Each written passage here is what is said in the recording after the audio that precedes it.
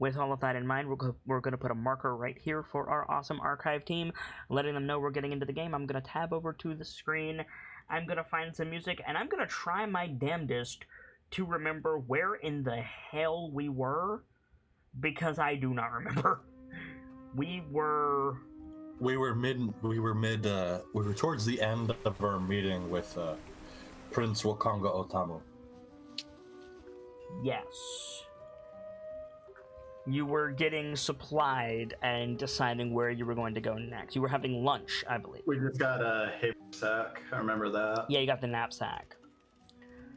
So I think we fade in from the credit sequence on, you know, the scene that shows the aftermath of a meal, right? Empty bowls stacked up, you know, small bits of food still on people's plates, maybe like relaxed and satisfied looking characters, right? You know, tropes we all know well. The sun has come out for its brief stint over Port Nyanzaru. Prince Otamu is sitting at the head of the table while you guys are, you know, finishing up your lunch. So let me get this straight. The first place you're going is Fort Valeria. Yes, my prince.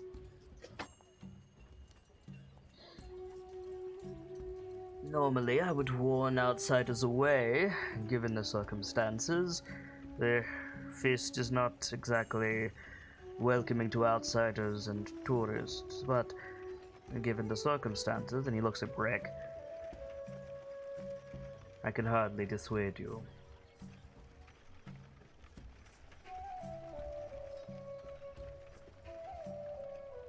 I have my orders.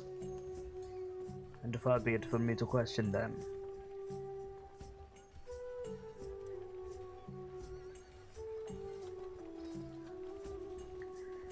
What do you need before you set out? Aside from speaking to the harbor master. I don't know why he's got a light Caribbean accent now, but I'm going with it.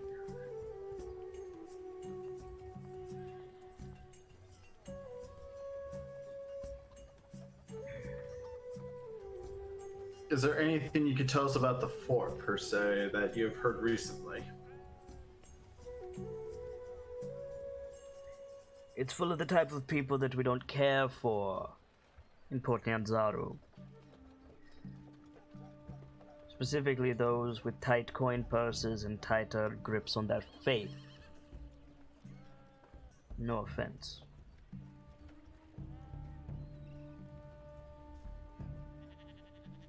The history of Fort Valerian and that of Fort Nyanzaru is sordid. They think we are heretics, and I don't frankly disagree with them.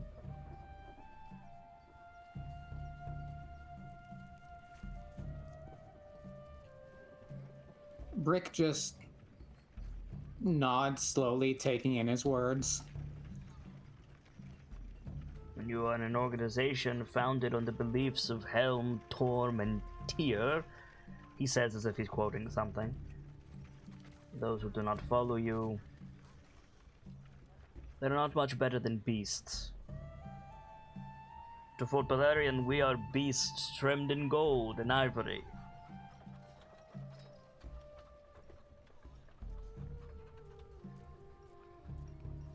But the soldiers drink in our taverns all the same.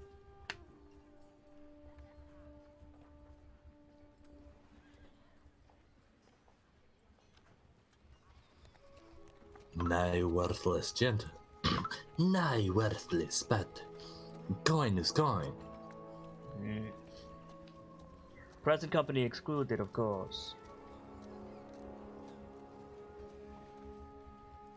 I don't know what is to be gained from not speaking honestly in the sergeant's presence.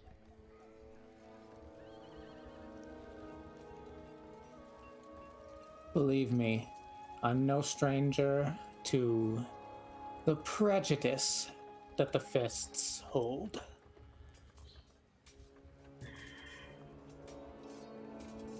Then you know that we've had more than words exchanged with the fort. We might be in charge of the city, the princess and I, because we have the most wealth, but we still seek the benefit of our people. And when the fist turns up with torches and swords, we will defend ourselves, as we have done before.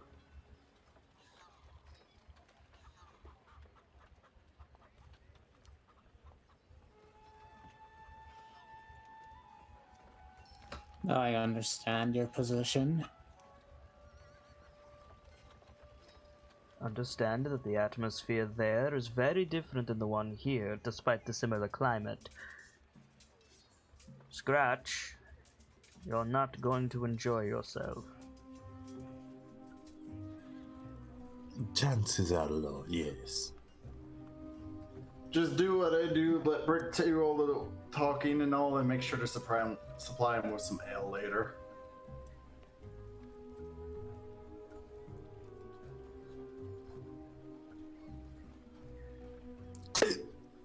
I am curious. That was badly timed. I'm sorry. I'm curious, Sergeant, what you intend to do there. You might not tell me your orders, that is entirely your business, though I will pay you well if you decide to. But what are you going to do, ultimately?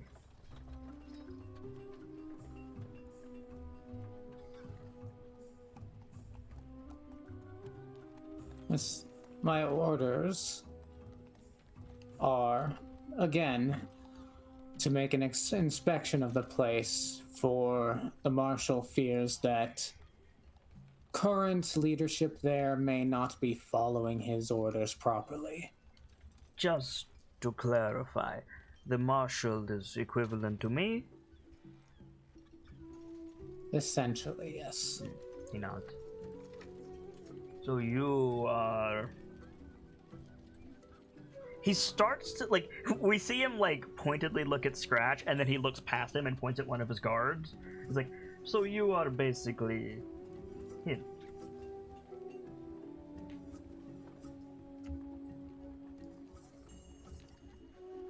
Yes. And what do you have the authority to do?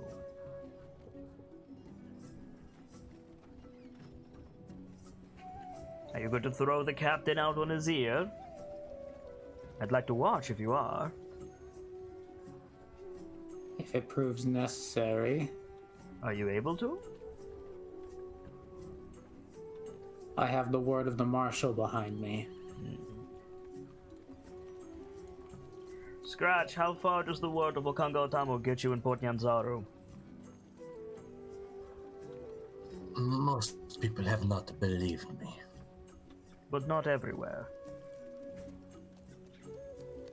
Not everywhere, no. Keep that in mind, Sergeant.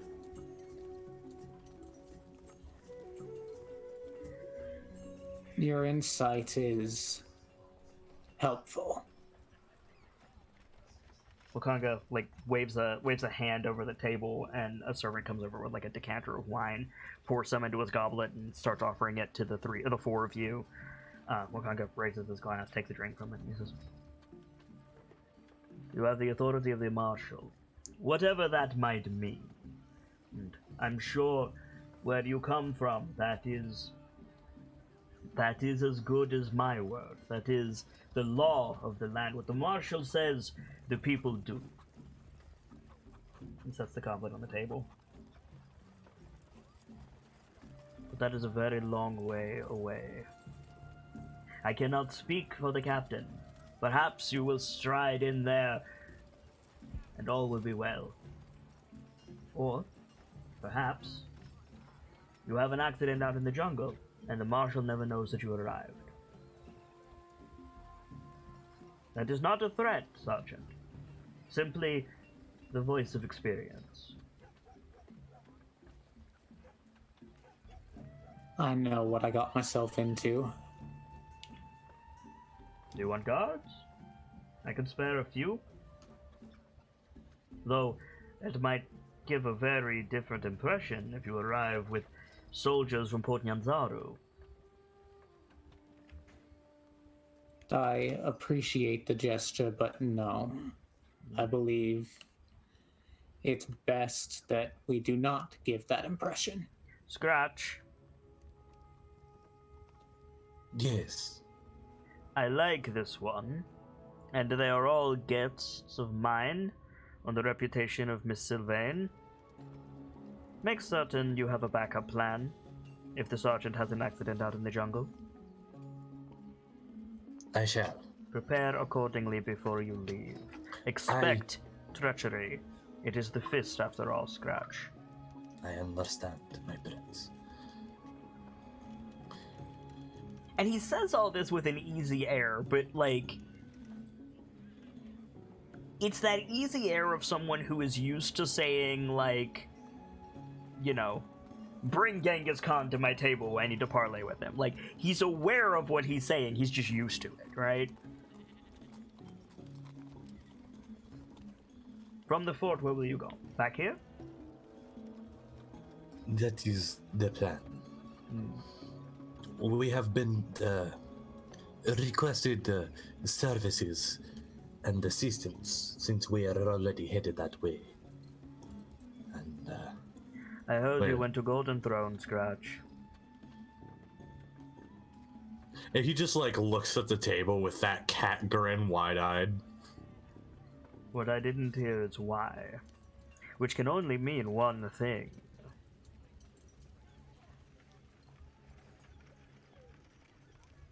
Someone with the power has kept me from knowing. What did you do? My prince, you know I have a weakness for when those of higher power than me decide to grovel. I'm not asking you about Executioner's Run, Scratch. Well, no. Omala came to me, and he shaky-handed lifts the coin, expecting some rather negative you reaction. still have the damn Yotepka token, don't you? Mm-hmm. Is it like you hold up? You're sitting at like the far end of the long table from Prince Otamu, and so like you hold it up, and Prince like snaps his fingers, and like a servant comes over with like a pillow for you to like lay it on, and then if you do, he takes it over to the prince, and the prince picks it up, looks at it. And says, "You got this from Omala." Yes.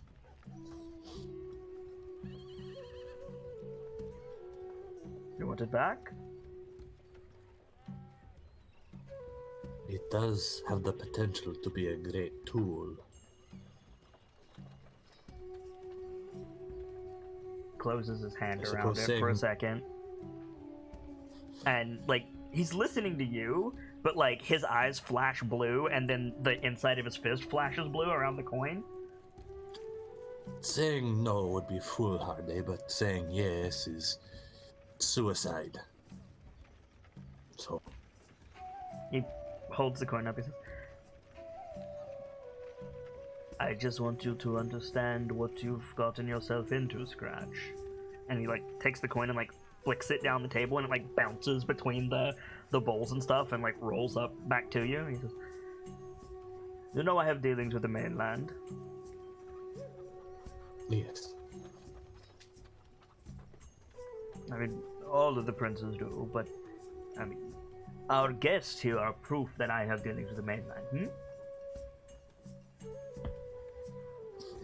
I believe yes. What do you know of these guilds the outsiders carry from the Sword Coast, Scratch? The Zentarum are bastards, the Hopper are bastards, but they're acceptable.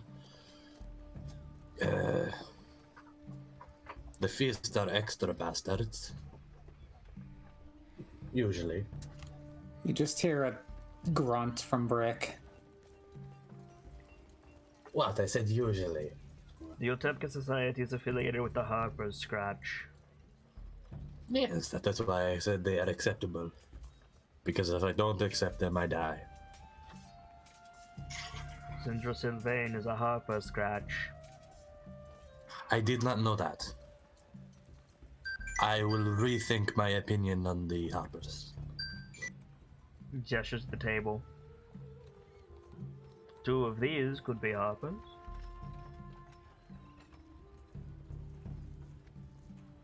Rick has withstood my less than subtle opinions.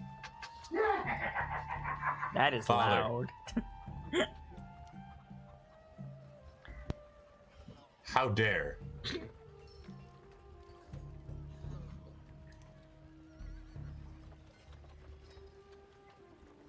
You carry that The- token. You have an enemy in the Yotepka. This is true.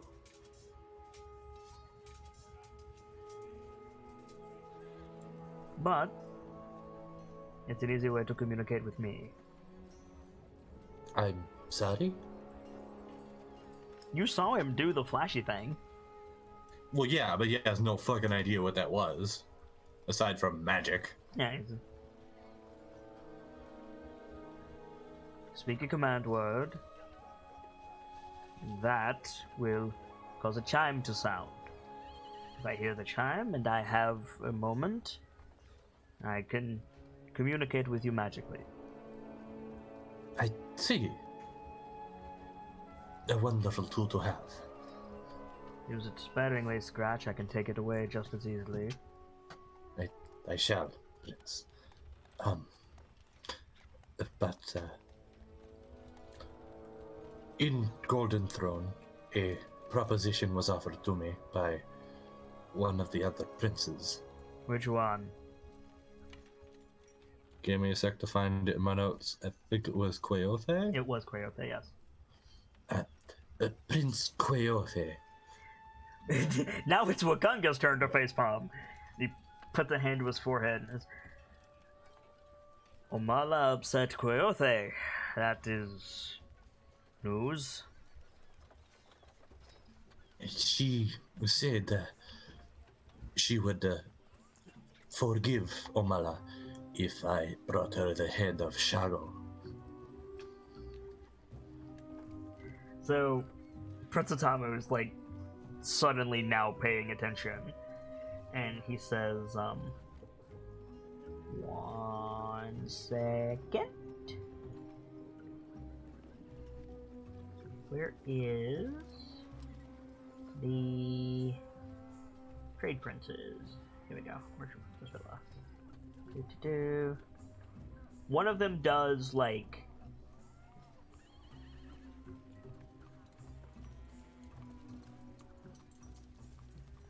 That's not what I want. I want... Is it City Denizens? Yeah, here we go. One of these does information and assassination.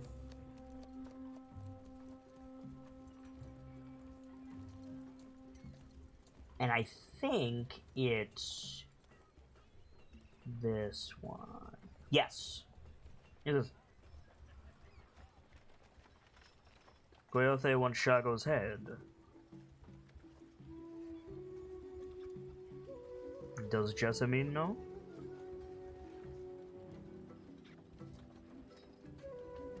I am unsure, my prince. Did you tell her? We had to leave from Golden Throne and come here to make it on time. So Coyote... Did Coyote give you a mark? A sanction? She has not. So Coyote wants a group of outsiders to kill one of Jobal's men without a sanction from Jessamine.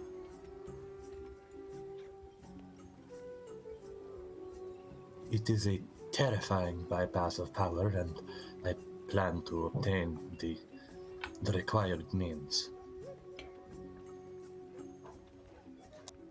I hope you don't, Scratch. I'm sorry? I want to see her face when Jobal throws her into the run.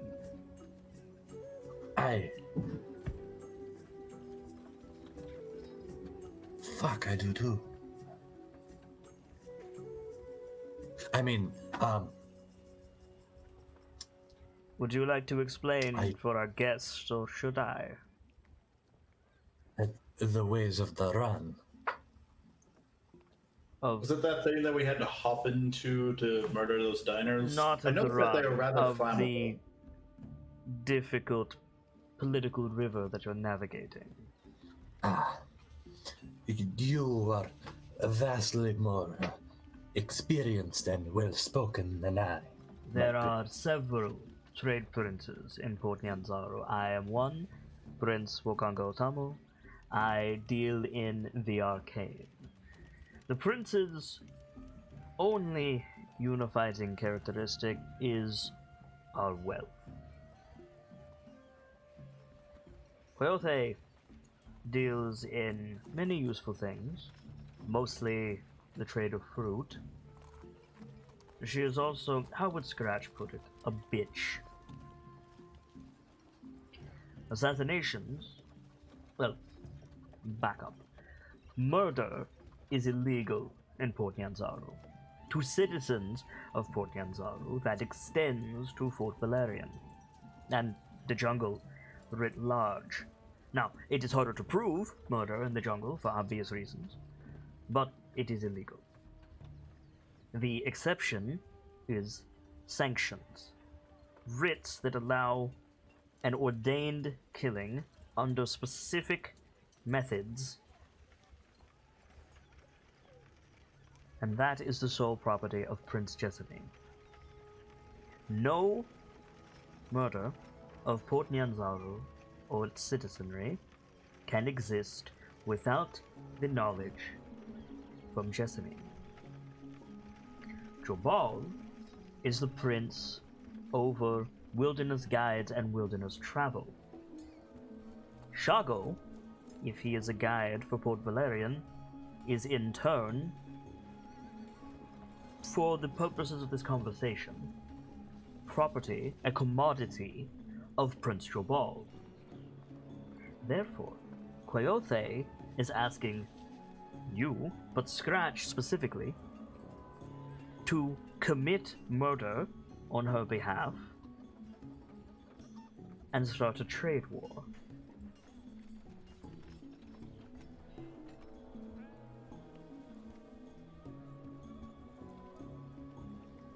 Scratch, Yes, my prince. I will ensure that Jessamine is aware. And you will be absolved of any crime. But if you kill Shago,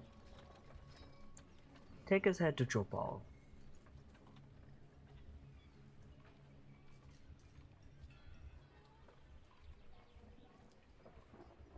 What of Omala, my prince? Omala will be off the hook if Coyote is on trial. Understood, my prince. I shall do what you say.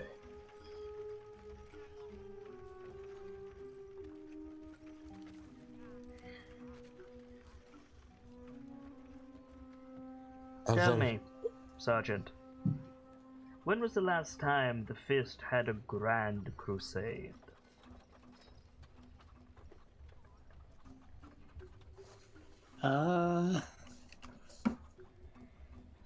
Would I be able to make a history check on that? Given the fact that the events of Descent into Avernus have not happened yet, it's been a while. It's been quite some time. What if I told you Prince Coyote cavorts with demons? That is a very interesting accusation, Prince. I can't prove it, which is why Coyote still has his seat. But none of the other princes have the abilities that I have.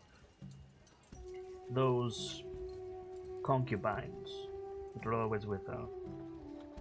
There's an illusion over them.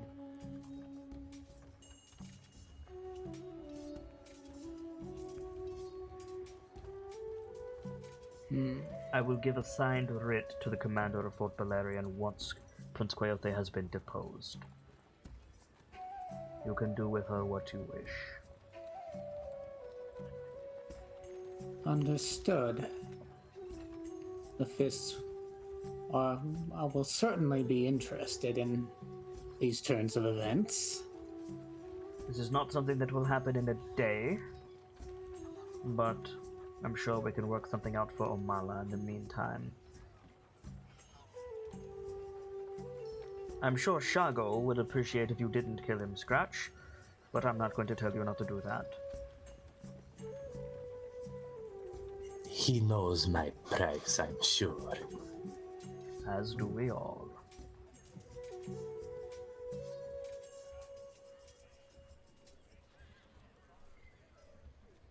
Go to the harbor before you leave. Cleanse yourself in the temple if you wish. The jungle does not care how well you look, but the soldiers might. The harbor master will have work for you as a favor to me. Provision well, Scratch, and make certain the outsiders don't forget anything or underestimate the jungle. We plan to gather more supplies and take a travel rest. by boat or on foot. We shall take the boat.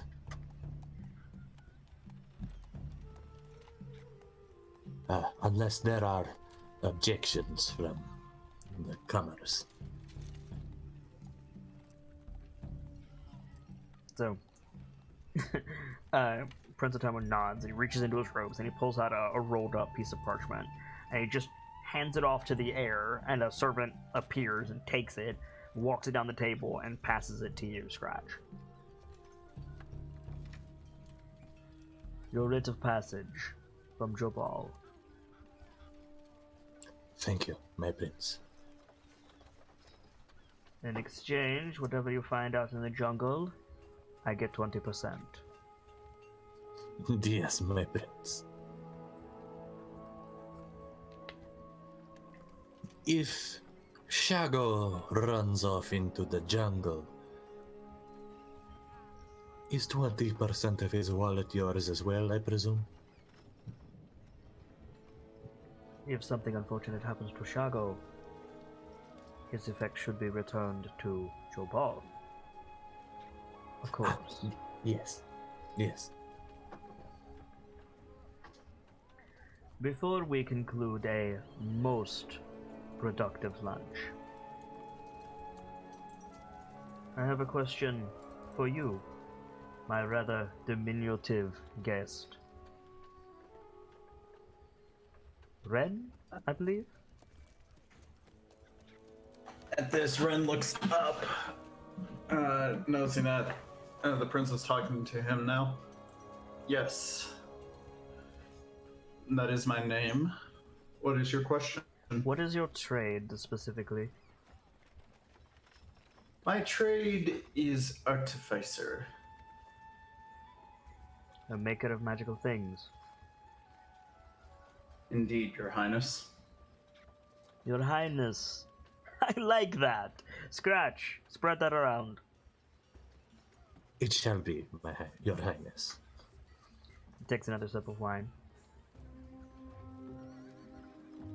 So, in the creation of magical things, there is strange signs and numbers placed together, yes? Indeed. It is important to have the correct formulas, as it were. So it is rather akin to that of a chef, but with more explosive results. At that, Ren rubs his beard a bit, thinking, I admit, I have never thought of it that way, but that may be an accurate description. Sergeant, are you acquainted with the small one? We've been drinking buddies for a long time. Is he the curious sort? Looking back at Ren. Incredibly so. As I've said that one time, it was an interesting object. It didn't matter who it belonged to. I returned it after a couple of days. I have something that might interest you. Oh? He gestures, and from out of the house now comes like a young, like, serving boy. He's like maybe 12 years old. He's wearing like a white, almost toga-like outfit, and he's like terrified to come out here with the like grown-ups talking. And he's carrying something. It's not on like the pillow like it usually is. He's just carrying it in his hands. And Wakanga like gestures him over to you, like points you out, and he comes over and he passes you like an expeditionary journal, like a leather-bound, like relatively loose paper journal. He passes it to you, and you can see immediately this thing was fished out of the river or the ocean. Like, it's water damage to hell. And Wakanga says, "That was brought to me some 15 years ago." Ren looks at it carefully.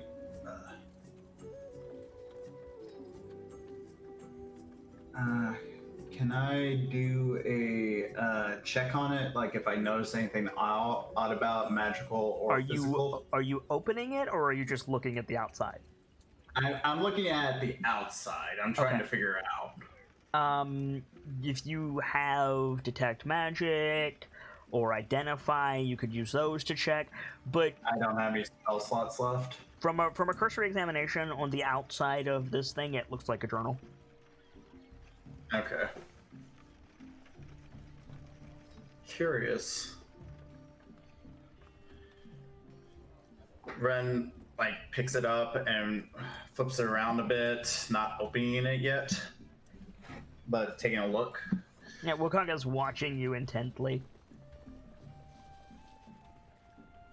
So, something tells me this is not an ordinary journal. Otherwise, it would not interest one such as me, is my guess. Or me.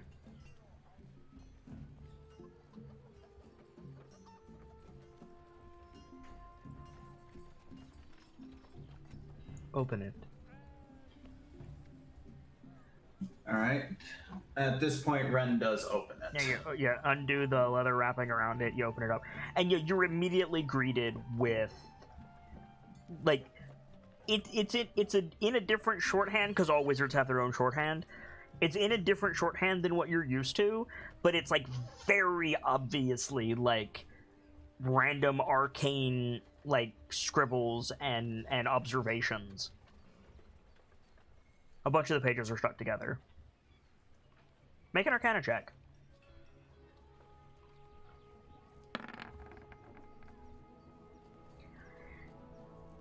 It's not ouch. No, that's good. That's above average. It's not a spell book per se. Like, you cannot read through this and learn Firebolt, for example. But it does contain, like, the notes of someone taking arcane readings.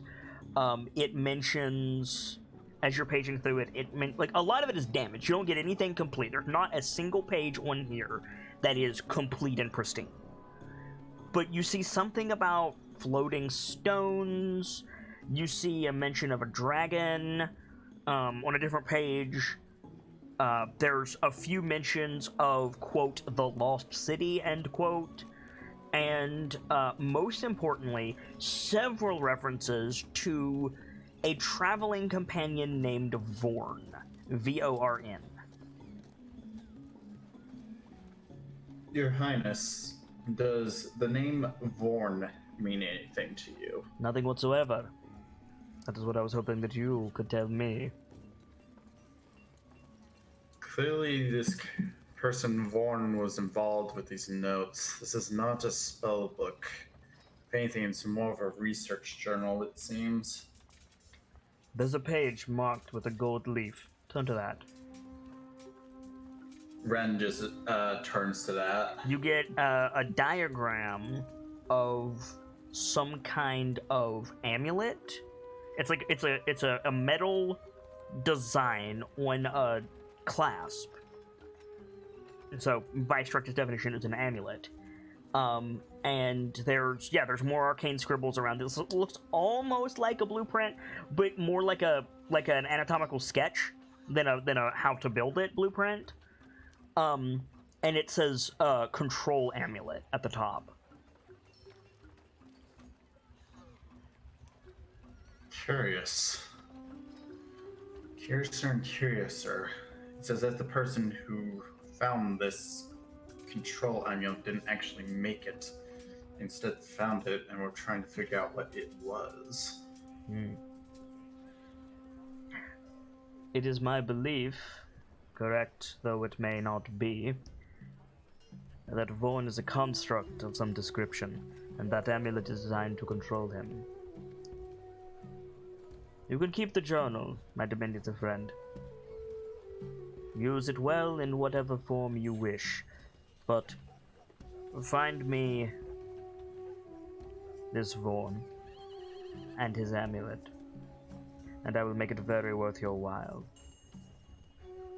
I promise you here and now, do this, and I will expand your magical repertoire more than you could ever imagine possible. Ren is still like looking through the journal, looking back up every now and then. Just like clearly trying to think on it deeply, since that's the thing that has his most attention at this point. Before eventually closing the journal and bowing it back up. I will find this Vorn and this control amulet. Am I to assume that you do not mind if I examine both Vorn, if they are indeed a construct, and this amulet fully before I hand them over? You are of no threat to me in terms of competition, my little friend, but take care not to damage either one. I don't intend to pay for broken hardware. Ren nods at that. A fair trade. Now, I wish you all well, unless, of course, there is something you wish to buy from my stores. I have potions for the journey, scrolls, if you require additional research.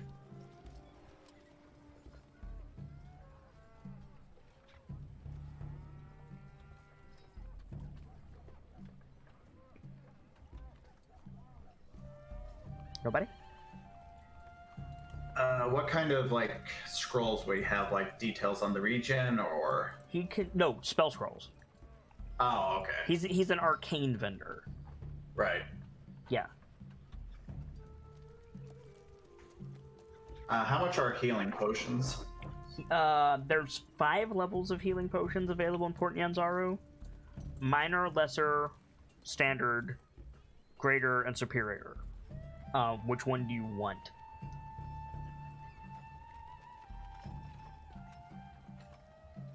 I believe probably just standard. Standard healing potions are 100 gold each. Oh, never mind then. How much is the lesser? Lesser is 50 gold each. Yeah, the cat would actually have a much easier time affording that than I would. Well, not my fault. Fair enough.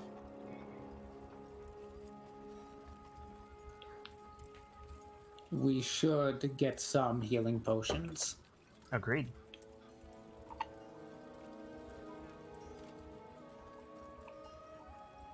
Minor healing potions are only 20 gold each.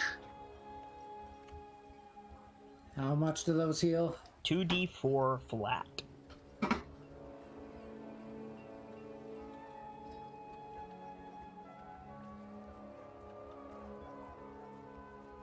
No. I'll take one of the minor healing potion. Okay.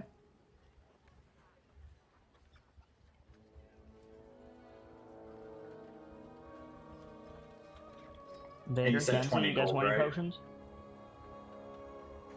Or Sorry, scrolls. could you repeat? I asked Vader and Gabs if they wanted anything. I don't The have off- any of my own money to spend, so the offer was. Remind me what were Minor, lesser, standard, greater, and superior. minor are 20 gold each. Yep. Lesser are 50, standard are 100. Let me pull up my sheet because I apparently haven't done that yet.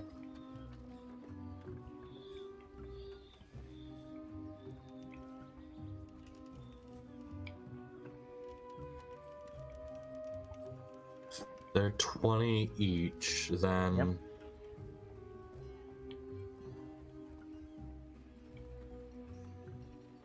Sorry, I'm trying to do math here. That's fine.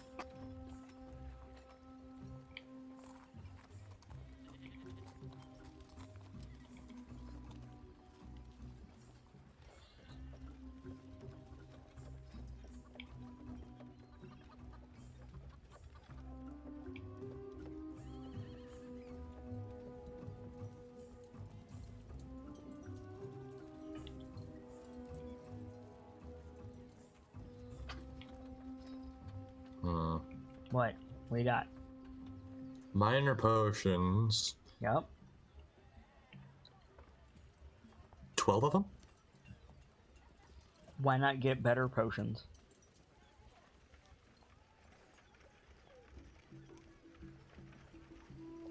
My mind is taking me quality over quantity. Or quantity over quality. Because that'd be easier to use in a pinch. There's no guaranteed healing with the minor, is the thing. There's guaranteed healing with the lesser. Fair. The lesser will always restore at least 4 points. The minor could go as low as 2. And those are 50? Yep. I'm cutting you a deal, by the way. His sheet says they're more expensive.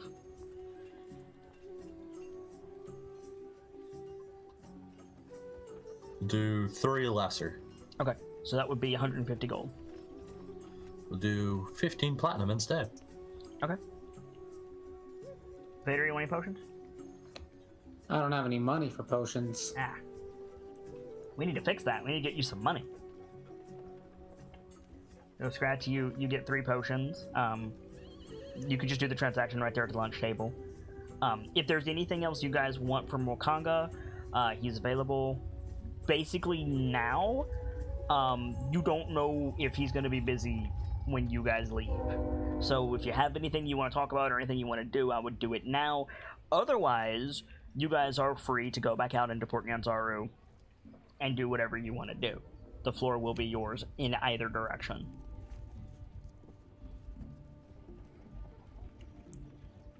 We did get sidetracked from visiting that alchemist.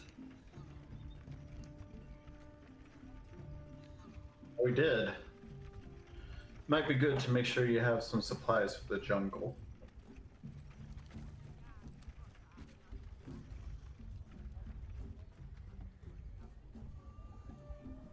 We will obtain our supplies as quickly as we can and head for the Thundering Lizard. Very well. One final point before you go. Central Sylvain's footmen will be staying here. You can come and go as you please, but I haven't got room for all 7 of you.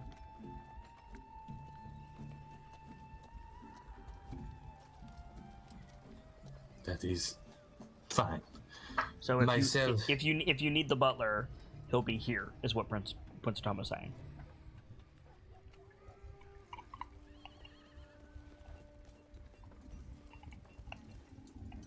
So you guys want to head out into the city? Sounds like a plan. Yeah. Alrighty. So make sure you add the stuff to your character sheets. 3 potions for Scratch, the journal for Ren, the enchanted Yoseka token, etc., or Yotepka token, etc. How much is that's a journal weigh, or should that matter? It does matter. Yeah, it's a beefy thing. It probably weighs like 2 pounds.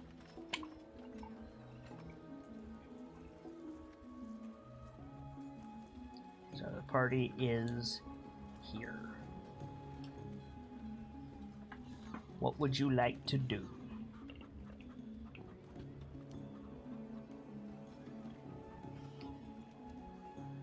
If at any point you want a reminder of your side quest, I can oblige you.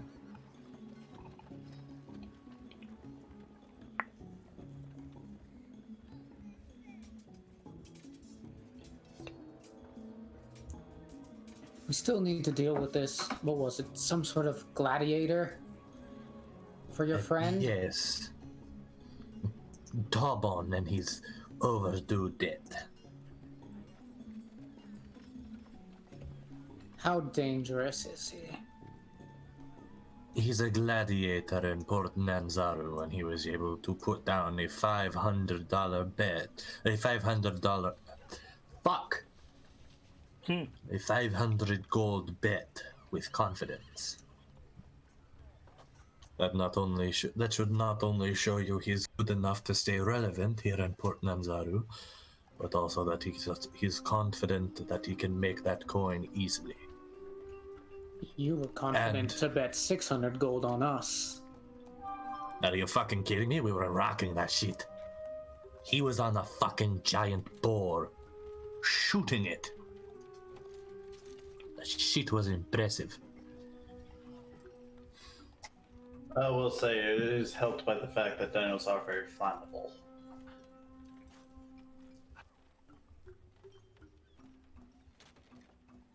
Would you like a rundown of your active side quests currently?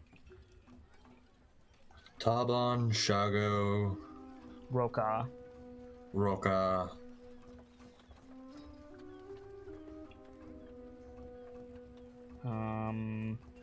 I have. I'm looking for the name. I'm Kanahu. looking for the name. Hang on. The Obsidian Carver's niece, Inete. Omala's thing with Shago. Right, so something I want to know. Yep. Where's where the gladiators are, and where's that church we're supposed to go to for the carver? The church is the Temple of Joaquin. Right. It's actually right here. Oh, so we can do that now. Yep. And then- the gladiators thing, I think, is this, but I'm not 100% sure. That looks like it would be it. Let me pull up my locations of the city and find where.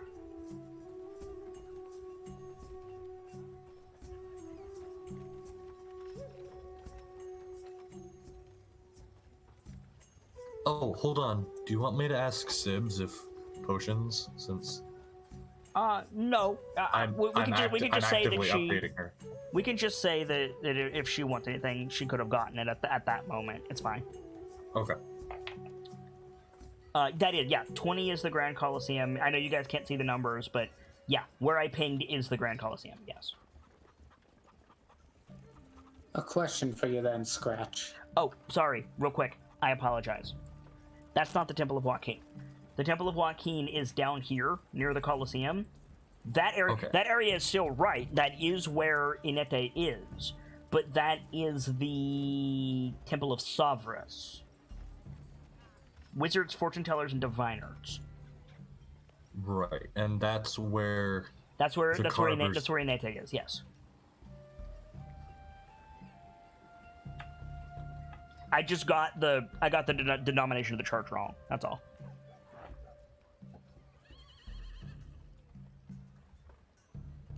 A question for you then, Scratch. You think I can beat him?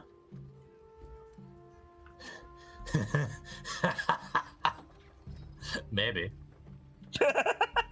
Nice.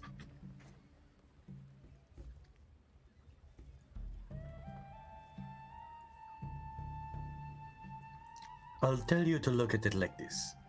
You jumped on a giant boar's back and shot it in the back of the head. Flatly, Scratch, you should probably rest for the night first. Speaking frankly, if we go and do this now, we're all going to die. Yep, that's a Scratch answer. This man is a gladiator. He will kick our asses, put us on spikes, and then kick our asses again and make money off of it. That's fair. I suddenly repair my sewing device after your incident in the alley. Right, thank you again for that, by the way. I need to ditch this armor. It's fucking restrictive. You've been flat on your back quite a lot today. Yes, I was convinced to buy some armor. I was told it would be of great service to me. Well, sufficient to say, lying motherfucker. I can't move as well as normal. I can't fucking defend myself as well. I can't do anything. He like swings his arms. Well then, I suppose we should head to this temple and to the market to actually finally get our supplies and then to the inn. Where is the Thundering Lizard? That is a valid question. I don't know. Let me pull my map back up and I'll tell you in just a second. It's not in the Merchant's Ward. It is not on my map. What?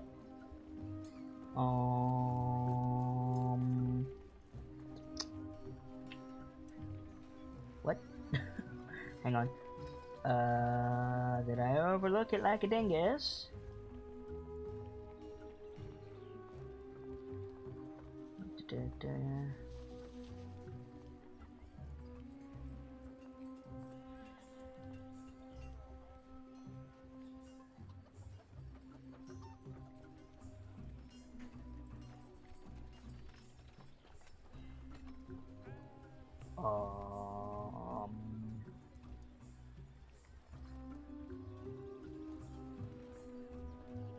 Do you have this in your notes? Because I know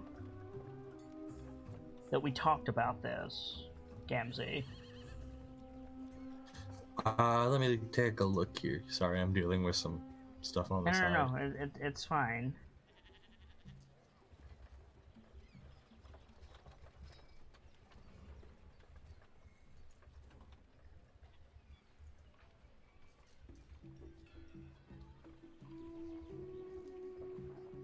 It's city denizens?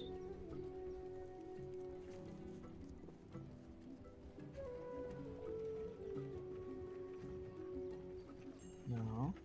So that's good to know.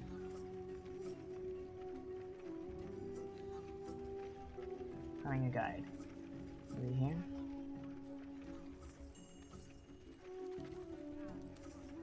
Says it's in the market ward. That's all I needed. Thank you. Market ward is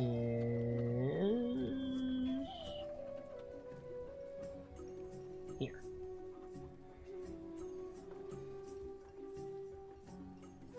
So it is. Is it that? Maybe? No. What is. Yeah, okay. So it is... Really? No. I'm a dingle. Yeah, it's down here. It's...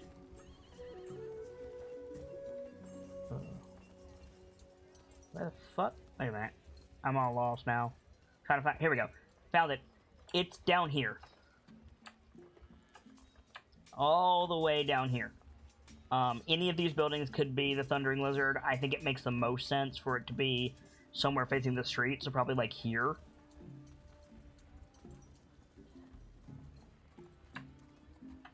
All right. It's a long way. That's like across the city. So yeah, that'll be our last destination for the night.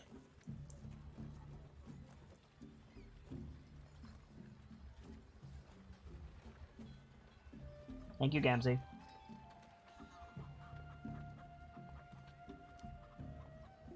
What do you guys want to do? Should we head to the temple and see about this guy's daughter? Niece. Niece. If I think right, we can hit the souk, make our way to the temple, and You make hit the it to temple first, actually. Oh, would you? Yeah, because you're up here. You're up here in the 'cause elevated part. You would that pass the building- temple to go down. Yeah, you've passed the That temple building 3 was times the now, right 4 one. times now. Yeah. I forgot that was. You said that was the correct building earlier. Yeah, it's the correct building. I just misnamed it. We can hit the temple, the souk, and then the inn, and we can probably deal with Tobon in the morning, and then be off to the docks. Not long after. Sounds like a plan. When do I get a gun?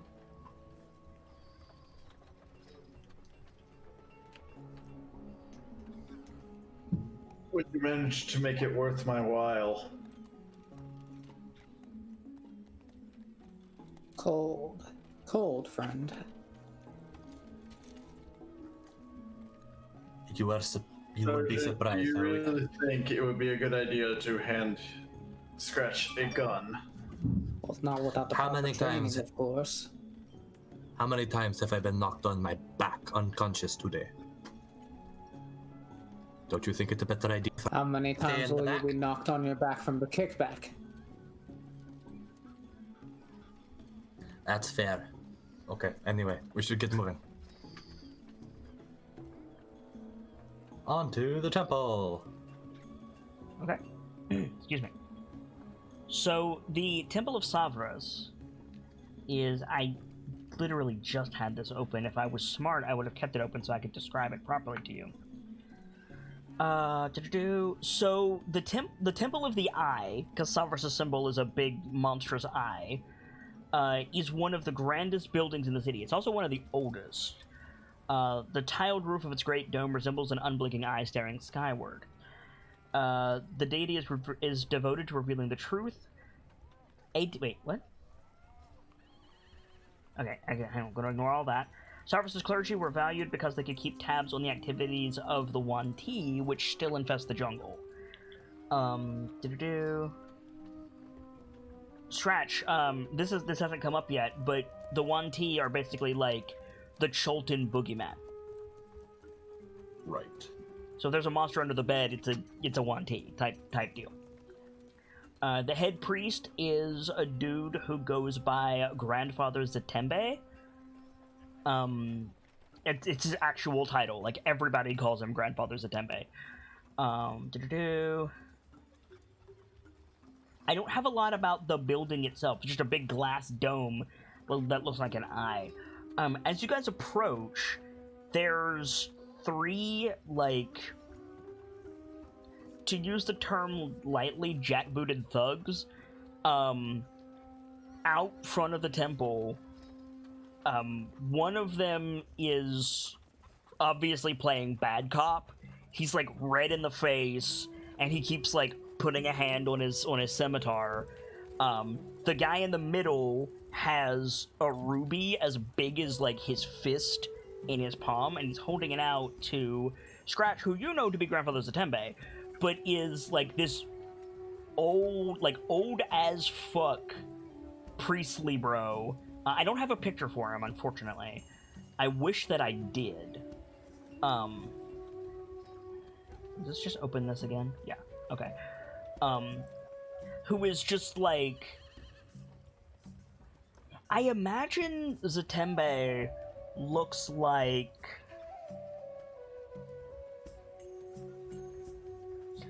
I don't know why, but I've been on an Avatar kick recently. You guys have all seen Avatar, right? I've seen Yeah. the movie and The Last Airbender. Yeah, The Last Airbender is what I'm referring to. I've seen pieces of it. You seen King Boomy? No. I love Boomy. Okay, Gamzee, remember what Boomy looked like before he went crazy? Like when he was more put together, what he looked like? Oh yeah. I imagine Satembe looks like that. So he's got like the pointy white beard, like strong but narrow chin, kind of nose a bit too big for his face, white hair cut close around his skull and longer in the back, right? He's dressed like a priest. He's got the amulet with the eye on it around his neck, and he's just zenly letting these aforementioned jackbooted thugs like yell and curse at him and also entreat him for help with this ruby, and he's just like letting them go. Not quite what I meant, Honky. I mean before he looked like that, like back when he looked stately, in a word. Ah, okay. I figured you meant before the fight. No. Before he started giving less of a fuck. So yeah, you see this scene when you walk up. Scratch, the aforementioned jackbooted thugs are obviously Outlanders. Bastards. You hear them say like, "Come on, old man. Everything on the city runs on gold. Take the ruby. We just want Simber." You cannot bribe grandfather. So they turn to like scowl at you. The bad cop dude is like reaches for a scimitar, and then they see Brick, and they immediately just like, and they decide to walk away. They do shoulder check you on the way out, Scratch.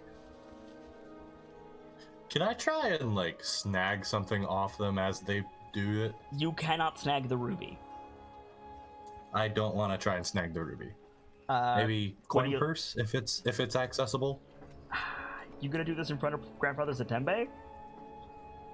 That's fair. I probably won't. I mean, I'm just... He's standing right there. Like, if you want to, I will gladly let you make that roll. I don't think that's Scratch's style to do that in front of grandfather. Okay. Of all the people in Port Nanzaru, not grandfather. So Satembe. they leave, and Satembe, like, folds his hands together, and you see his, like, nostrils flare slightly as he exhales. And he nods to you. And he just starts to go back inside. Seems I've made a bit of a reputation for myself already. As you're big, tall, I mean, he's a dwarf.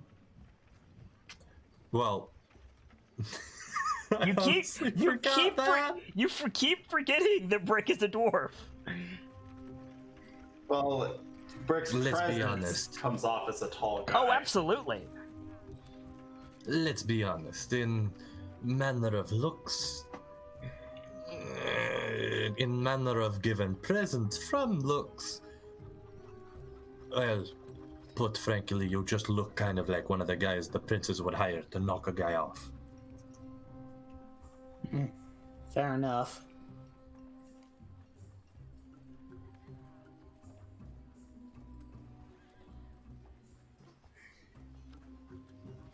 Don't suppose those guys would have been affiliated with the one that got away, do you? Make a history check.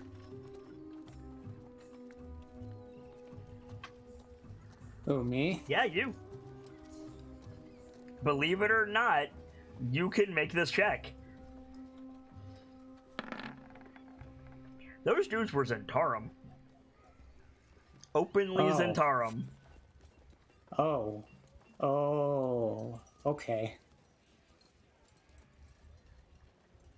Or those guys were Zentarum. phony thieves.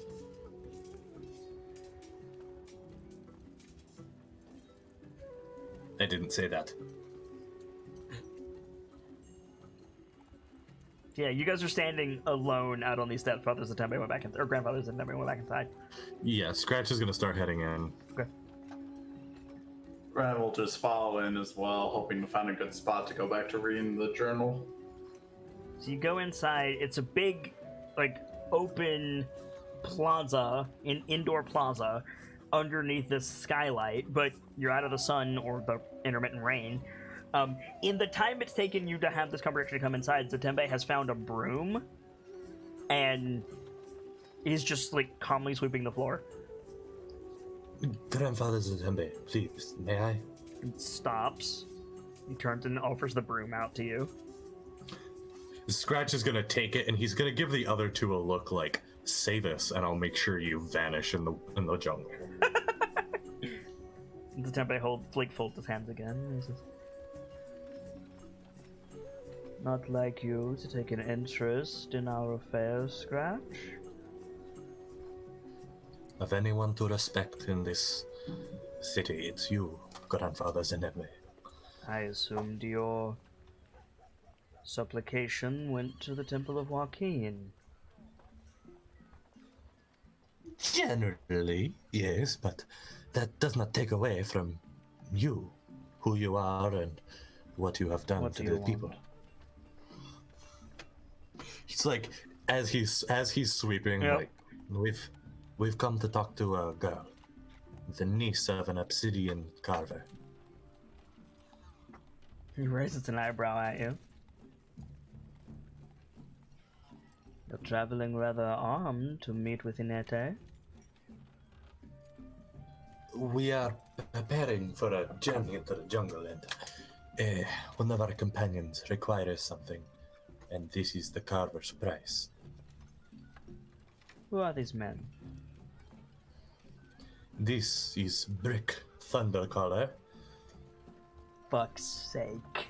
You would. Uh-huh. And this is Sparky. Grandfather And Zatembe seems thoroughly unimpressed. A member of the Fist and a crafter of more magical things. You got that backwards. Bricks the fist. Yeah, Brick doesn't craft magic things. sorry, yeah. He gestures to them separately with Oh, those. I thought you were saying Ren was both of those things. No. Gotcha. Cool. I am surprisingly good at combat, it turns out. So Grandfather Zatembe, like, inclines his shoulders to the two of you and the doctor. And he nods. He says, "I am Grandfather Zatembe, High Priest of the Temple of Savras, where we peer beyond the veil of life's mysteries. Do you require understanding?"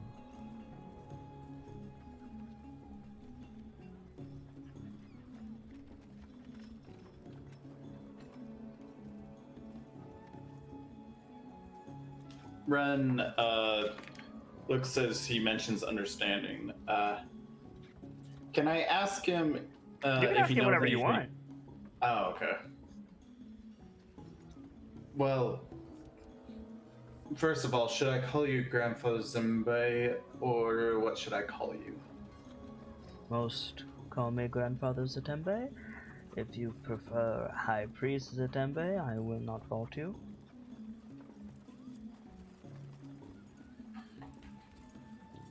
I'll stick with Grandfather if that is your preferred term.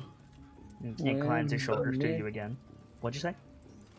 We're simply here to try and help the girl, or rather, the doctor here is. Then I will leave you to it, if there is nothing you seek. And he turns, leaving Scratch with the broom, he turns to leave. Fuck, I have to figure out where this broom goes once I'm done. And I am asking this, like, because I don't know if this is a good idea or not. Can I ask him about if he knows anything about the curse? You can ask him whatever you want. Ah. There is no rule that stops you from you're not under any compulsion not to say whatever you want to Zatembe. Whether or not it's a good idea, I cannot say, nor will I. Ah, good point.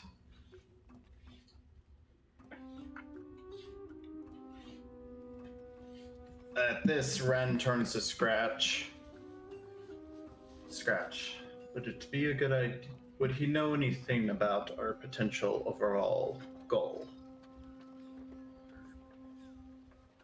That is unclear and not worth looking into. If he does not, then it puts grandfather in the path of something he need not worry on. What are you whispering about, Scratch? Oh, fuck. I am singing your praises to the Outlanders. Vanity, Scratch.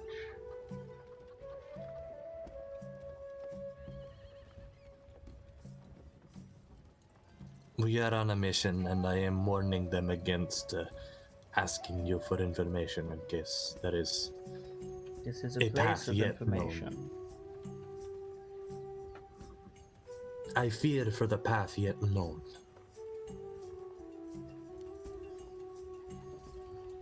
If you're worried about the Zentarum, Scratch, they're of no threat to me. No, grandfather, Zatembe. Go ahead and ask him. I'm going to finish sweeping. This is a big room. You're gonna sweep the whole plaza?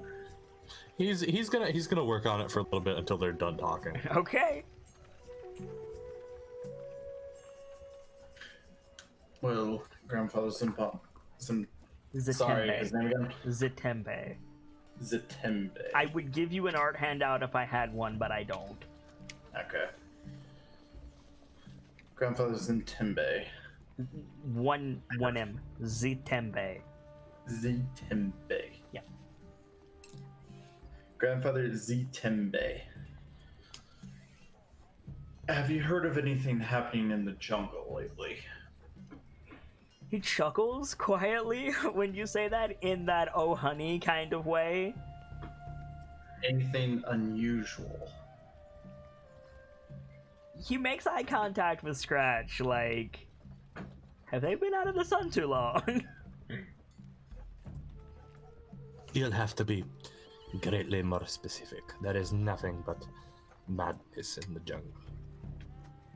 The jungles of Chult are not to be taken idly, and strange things are as commonplace as the water from the rivers.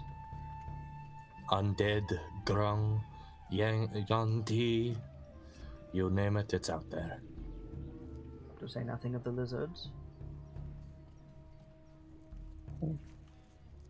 Then I'll be specific about it. Have you heard of the death curse, Grandfather Zatembe?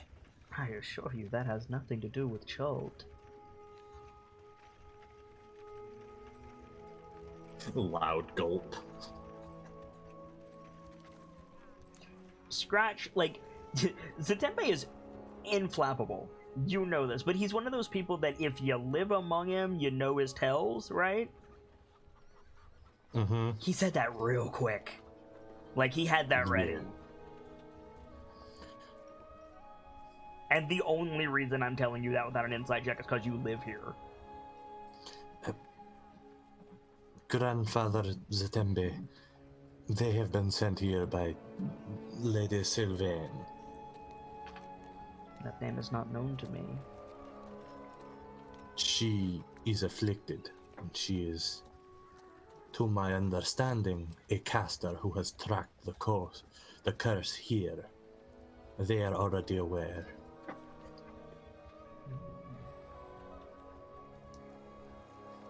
I could consult the guides.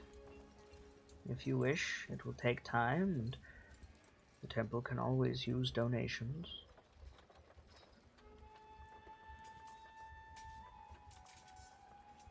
he pointedly does not hold out his hand.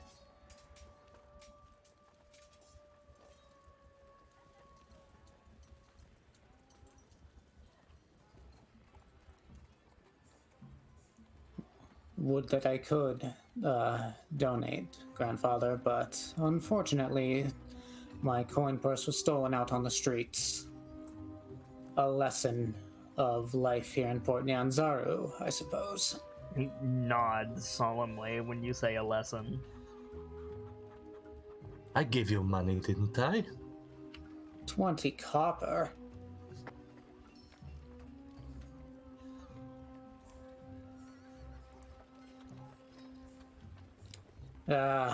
Alright. Brick just goes ahead and hands over the 20 copper. He takes it. Like, just a little grateful inclination of his head and shoulders as he slips it into a pouch on his belt. Your generosity will be rewarded. Even those who cannot give much, it is the gravity of what they give that is important. He looks at Scratch expectantly. Yes, I plan to also give. He like searches his pouches, pulls some coins out of his fur, pulls some out of his pockets. How much do you give him? 21 gold. Okay. They takes it. The man in this church are pillars of the community. Might as well. Yep. Puts it into the same pouch. He says, I will do as I can. The ritual will take time, of course. Familiarize yourselves with the city, perhaps rest, and tomorrow evening come back, or later, but I will need as much time to consult the records and portents. As much time as you need, Grandfather Satembe. Kind of bows at the waist and turns to leave. Just a point. We should go ahead and... Just a point. You did overhear the Zentarum say, "We just want Simber," whatever that means. Before you depart, Grandfather, what is Simba? Is it a person?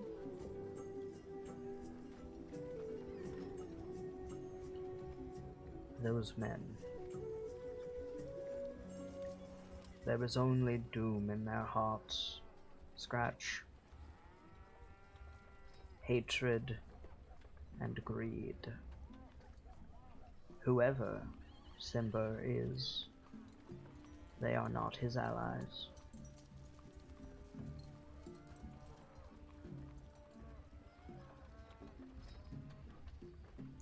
I understand, Grandfather. Thank you. Turns to walk away. Ostensibly, he will probably go and get Itene for you. Or Inetes for you, sorry. Alright. Right.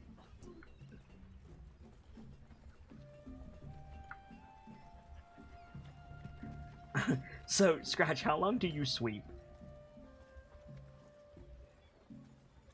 He's been like sweeping the entire time the conversation had been happening. And then he's like, I'll just keep sweeping until Annette comes out. Right, so how long do you sweep?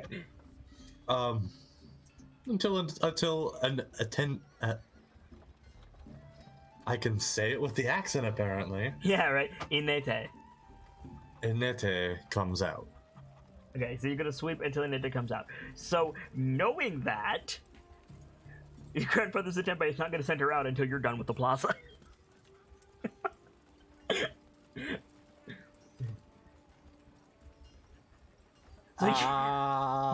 So you're just like, any minute now, sweep. Like, it takes you like a half hour to sweep the damn thing, and right when you finish, and you're just like cursing the name of Grandfather Satembe, this girl, she's like, I don't know, 20, maybe. It's a little bit hard to tell Chulton's ages. Not like, I don't mean that in the sense they all look the same. It's just that like, all Chultans age gracefully. Like, Wakanga is older than he looks. Substantially. She looks like she's about 20. She's got dark hair in, like, tight braids down the back of her head. I don't know. I guess they would be called beads. I don't know what they're called if they're not made of plastic. But she's got, like, she's got, like, stone, and by stone, I mean lapis, turquoise, etc. Amber beads, like, on her braids. She's wearing the same a lesser version of the pendant that Grandfather Zatembe is wearing. She's wearing, like, acolyte's robes of Savras. She doesn't look particularly devout. Like, she's like, you know, she's a nun for all intents and purposes, right? She's a priestess, but she's the type of priestess who, like, definitely still likes her individuality, right? And she comes out and she doesn't say anything at first, but she apologizes to Scratch with her eyes, like, you knew he was going to do that. I'm sorry. And then she bows, and she bows much deeper than Zatembe did. She's like both hands on her midriff, and then, like, all the way, like, not parallel to the floor, but, like, all the way down quite a bit. And then she straightens, and she says, I'm surprised the Outlanders know my name. We were told by your uncle, the obsidian carver. Zavala? Yes. She nods. What can I do for you? Our doctor here requires the services of Zavala, and his price is assisting you in freeing yourself of the dreams. I see.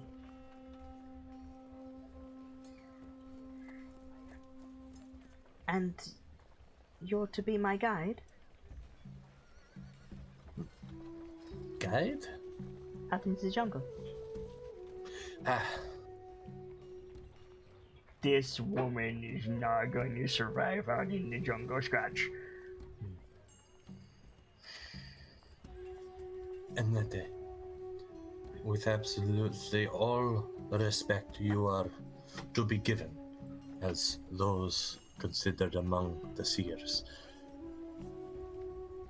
you cannot make it in the jungle, even with a guide and a group willing to protect you. It is too great. That is what I need assistance with, Scratch.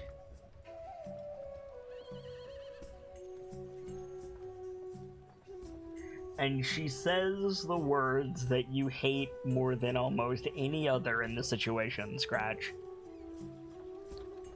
She says, I saw a vision in a dream.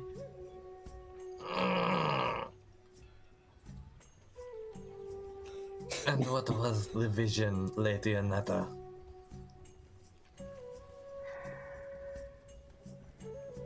Strange men with fire in their hearts and robes of crimson orchestrating something out in the Aldani Basin.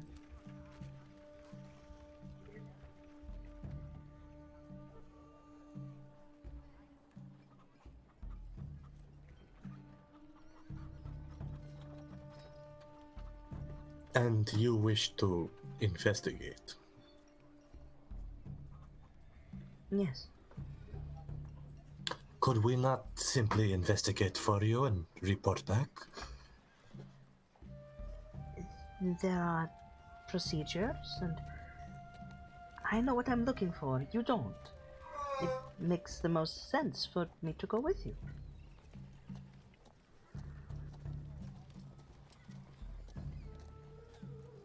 It will be a long path, for we have our own mission. You can go about your business, and when you're ready to go to the Aldani Basin, you can come and collect me. Make a persuasion check.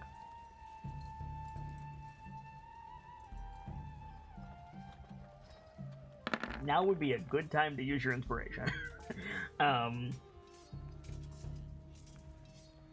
If you have. I don't have any because I gave it up last. Okay. I gave it up last time to survive. Okay. I am going to roll against that. I'm gonna make a wisdom save for her because it makes the most sense that she would put her will against you, right? So yeah. Let's see. Actually, I said wisdom save, and then I thought about it. Charisma save would probably be better. And all things considered, she's probably better at wisdom than charisma, so I'm gonna make that a charisma save instead. Not even gonna comment. Not even gonna comment on what I rolled, but it makes more sense to do charisma save. She's a seer. I would imagine her wisdom would be significantly higher. It wasn't just that. It has nothing to do with what I rolled on her wisdom score. Chat can see it. I'm saying this for the sake of chat. It has nothing to do with what I roll. It's the fact that when I said it, I was like, wait a minute, no, charisma is force of will. I should be rolling charisma. So, even if those rolls were reversed, I still would have switched it to charisma. So she bites her lip. She says,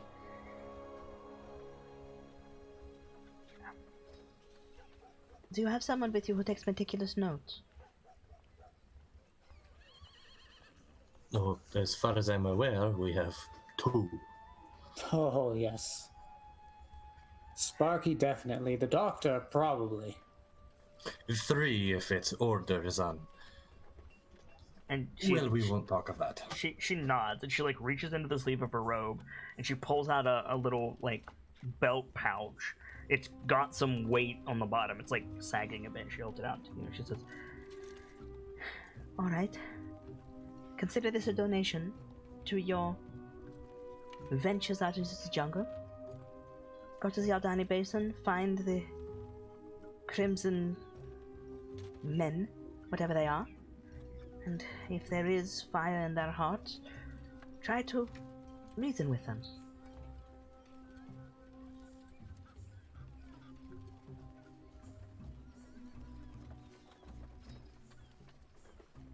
You take the bag, Scratch? He'll take the bag, thinking to himself, "I'm gonna have to pay back every cent of this since it's coming from the fucking church. God damn it!" It's not, actually. That's the thing. If it was coming from the church, you would get an invoice that you would take to the bank.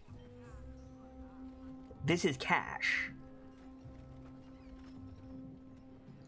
Conscience-free yoinkaroonie. Yeah, this is not if this is from the church, she's going about this all wrong, and she's not new. This is from her. So this is something important to her. Yes. Well, I mean, she had a dream, and she had a vision with a dream. Yeah. Conscience-free yoinkaroonie. How much? If you glance inside, it's 100 gold.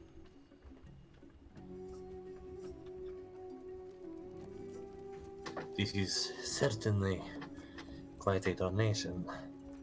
Is this truly that important to you to give She this nods much? sharply. I fear it could be disastrous for the port. Right, I understand. Sparky, Yes. I'd like you to take down every single word, every detail she can give you about the dream. All right. Everything needs to be accounted for. A man of your profession, this should be no trouble. So, damn you, Gamzee. I just took a bite of food. That's 1 for me. It is, yes. So what she tells you, in detail, is there are visions of red-robed wizards operating out of a compound somewhere in the Aldani Basin. They don't wear any insignia that she's familiar with. She doesn't know what their aims are, but they're definitely magic or religious or both.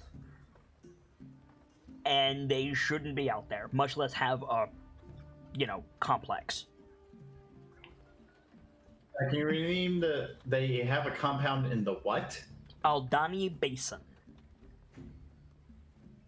I will freely admit I don't know how to spell that, so I might misspell it.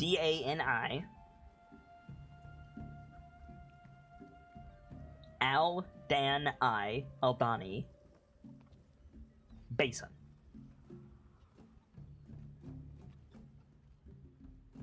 Oh, I'm sorry, but I have to go to the bathroom very quickly. I'll be right back. Yep.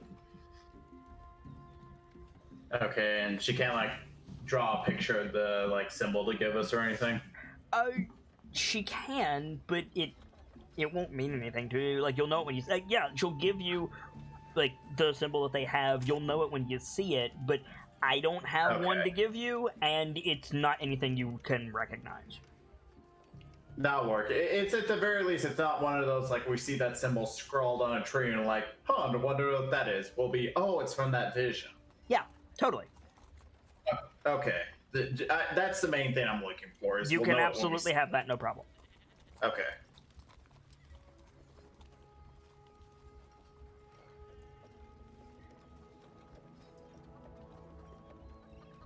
And I think, she just like talks you through all that she knows, which is basically that. Like, that's all. She doesn't know what they're doing. She just knows. She knows that the metaphor of her vision was that these men are bad.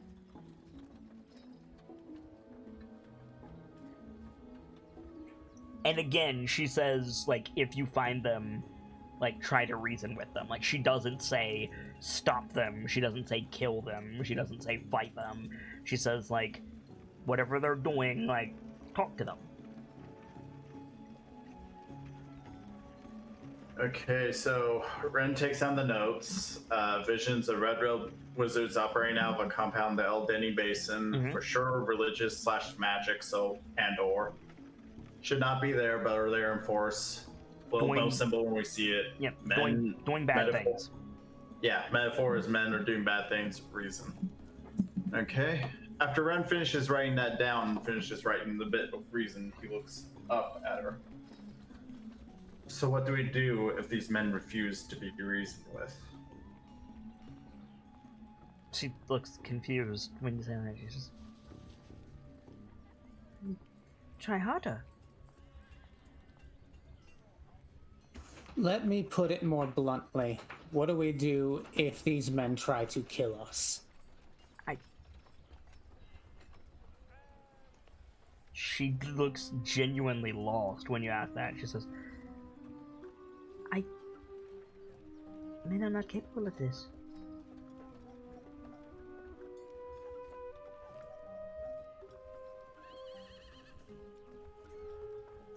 Annette, I cannot promise you we shall be able to convince them, but we shall do all in our power to do so. She nods, still looking confusedly at Brick, like, why did you just begin speaking Martian? I'm confused. Then turns towards Brick and in a whisper, this is not going to be an easy job, is it? No. But we shall abide by the lady's wishes. We shall do what we can.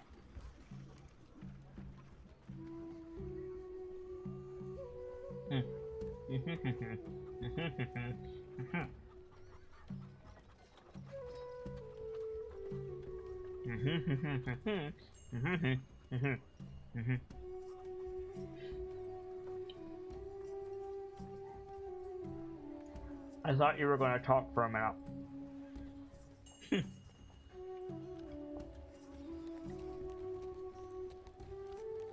So I was like, I'll scarf my food real quick.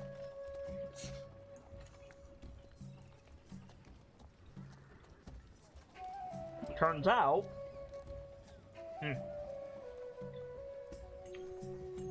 bit of a problem. So, yeah, she gives you the money and wishes you well. That's the task that she needs.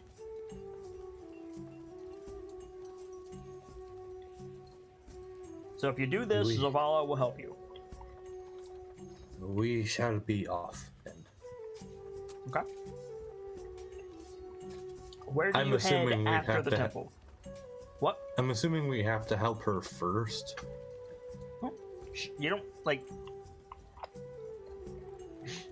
There's not going to be an invisible wall that makes you go to the Aldani Basin. Like... I mean, he's not gonna help us until after we've helped her. Oh, Honestly. first, in that regard, yes. Okay. So we'd have to do the basin thing, then come back in order to get the scalpels. Correct. Unless her dreams are still plagued after that. Well, I mean, yeah. Valid. Fair. So after that, we shall head to the soup and get whatever remaining supplies we need. Okay.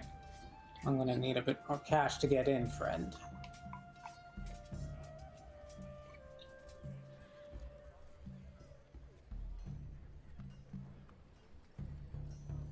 I mean, you were just handed 100 gold. Yeah, he'll hand Brick the bag, looking him in the eyes like, don't lose it. Keep your hand on it. So, Brick, you have 100 gold. Brick, it might not be a bad idea to do what our... I just realized I never found out the name of your species yet. I'm sorry? What are your people called? He's giving him this look like, are you okay? Have you been in the sun too long? Well, I I'm a love that you're dwarf, asking this he's in the an- Temple of Knowledge. That's great. I'm a dwarf, he's a gnome. What are you? I am a tabaxi. sorry, there's not very many tabaxi in Baldur's Gate. That's what I was um, saying, you might do... that's only partially true. There's not many Tabaxi in Baldur's Gate in the areas you frequent. That's fair. There are quite a few of them in the Red Light District. Yeah, that's not really of interest to Sparky. I'm just saying, Tabaxi Okay. are fucking everywhere. Okay. I have Anyway. never had someone ask me what I... That was interesting. Don't do that again. We have claws. Imagine if he had asked that to Madame Red. Oh my god. Additionally, never, ever, ever ask that to anyone that looks similar to me, ever. You They get will more tell- and more Maik the Liar the more you play Scratch. I love it. They will try to kill you on the spot. Sparky Oh, just God. rolls his eyes at that and just turns back to Rick. As I was saying, the Tabaxi does have a good idea. You might want to keep a few coins somewhere else. Put 'em in your beard. You could put them in your beard. I keep hundreds of gold coins all over my person. Interesting.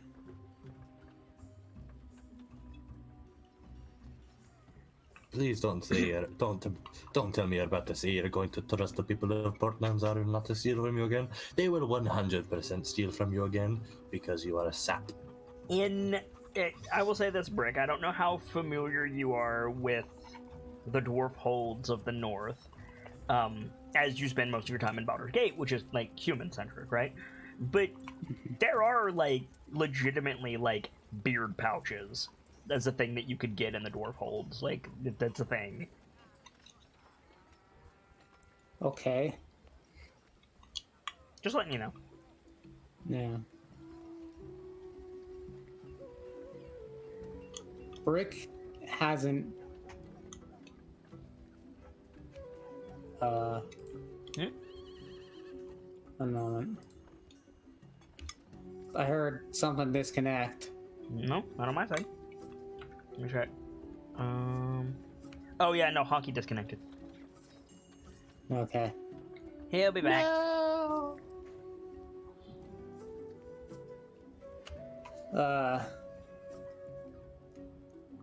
Yeah, but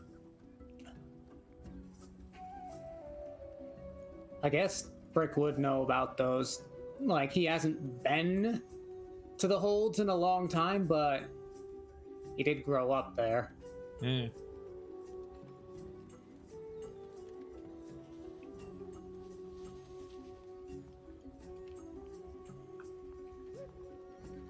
Anyways, yeah, I suppose Brick would. I just don't know what I have on me to hide coins besides. You're wearing armor, aren't you? Yeah. You could literally just like flatten it against your chest and then put your breastplate over it. Yeah. It'd be hard to get it out, but that's the point. Yeah, he'll put about like. I don't know, how much gold could I fit under my breastplate? Like half of it? Yeah, probably. If you want to put 50 gold in there. Alright. I mean, you have to run the risk of, like, making sure nobody casts heat metal on the coins, but if somebody casts heat metal on the breastplate, it's not going to do anything now. So there's that. I would imagine either way, Yeah. if they figure out coins are in there, you probably would be having problems regardless. Oh, aye. But, yeah. So you can stick 50 gold in there for safekeeping. You'll, like, you can't get them out quickly, but people do that shit all the time in Port Nyanzaru. It's full of thieves. Like, it's fine. Yeah. Speaking of, Sparky's gonna split his 30 gold into like 10 different 10 different spots. Okay. Some in the haversack, some in his armor. Right. Couple in your And then boots. Yeah. Alright. And then you guys are heading to the Grand Souk. Yeah. Alright. You cross the city without major incident. You arrive back at the Grand Souk. It's getting late. Like, you guys have been traveling the city a lot. It's probably like... You guys probably arrived here about like 10, 11 a.m. It's probably like 5 p.m. now, so I'm starting to set. Because you had lunch with Wakanga, and you did all of the, like, you've been here a while. But you get, like, the souk's still open, like, it's fine. Just letting you know. And, you know, the guards see that you have money, they let you in. You can make whatever purchases you need to. What do you guys need? Healer's kit. Like a standard healer's kit, or like the shit that the doctor keeps? Another standard one or two for the doctor. Okay. I'm not really keen on faffing about with her character sheet when she's not here. So again, this is a situation where if Just let her decide when she's back. Yeah, exactly. There is time now, as there was time with Wakanga.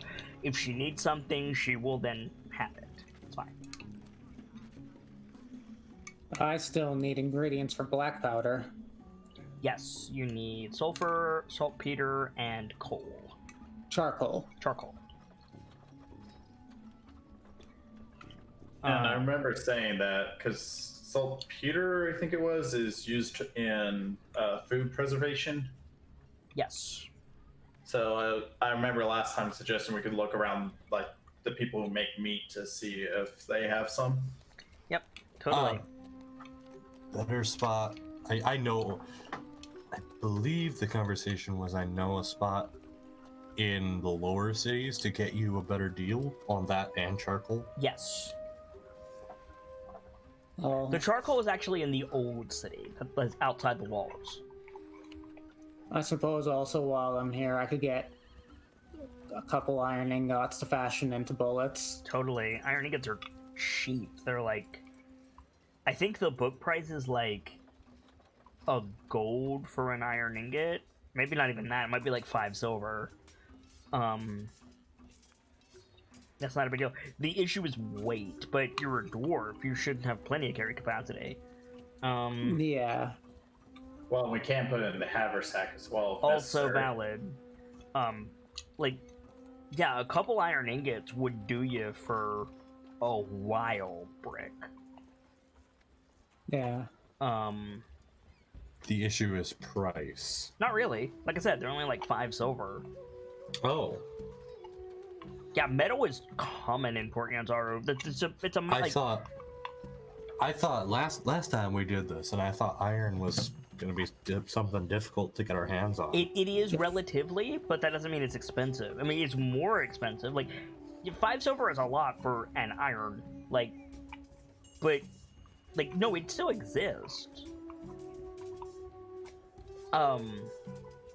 Most of the metal gain and sold in Port Yanzaru is precious metal.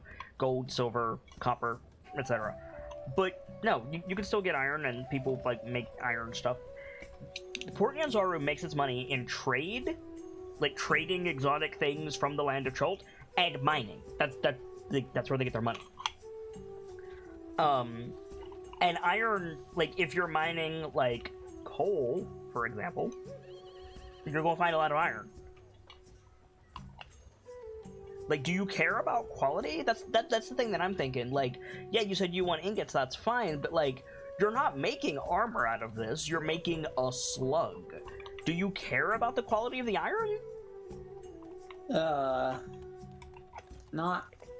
I mean, I guess it doesn't matter that much. No. You don't want it to disintegrate, obviously, but like, you don't care if it can stop an arrow. You're not making a breastplate out of it. You're not making art out of it. Like, who gives a shit? Yeah. You get some cheap iron. Yeah, not a big deal. But like, how much?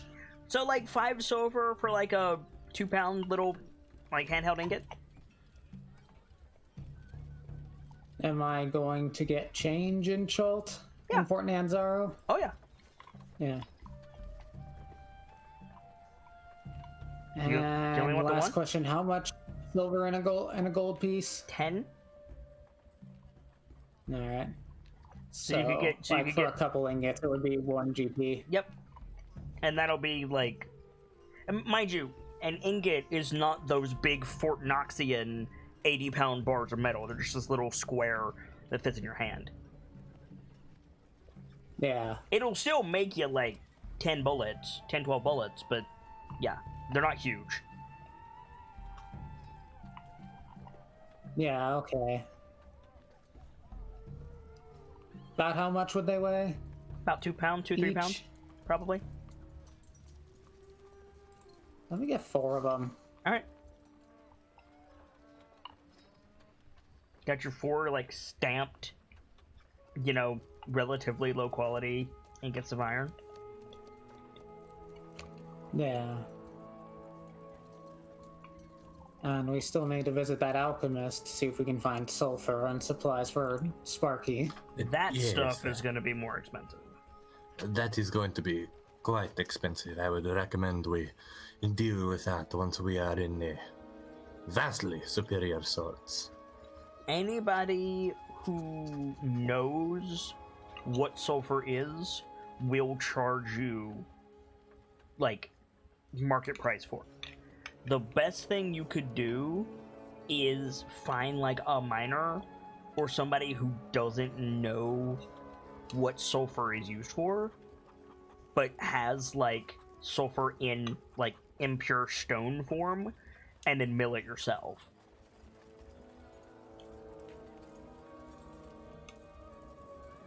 Uh-huh. If you want to save money. Yeah. So are we going to be able to find that in the souk? Probably not in the souk, but out where you get the charcoal, probably. Okay. So scratch can still help there. So just to clarify, to go get most of this stuff, you have to go out here. which is outside the walls.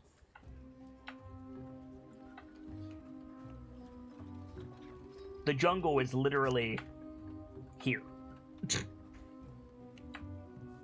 Also, Brick's checking his belt pouch. Yeah. Doesn't want a repeat of last time. Certainly.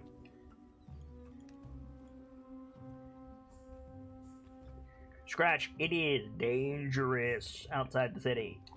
Like, outside the walls, there's just, like, the jungle can come into where the buildings are whenever it wants.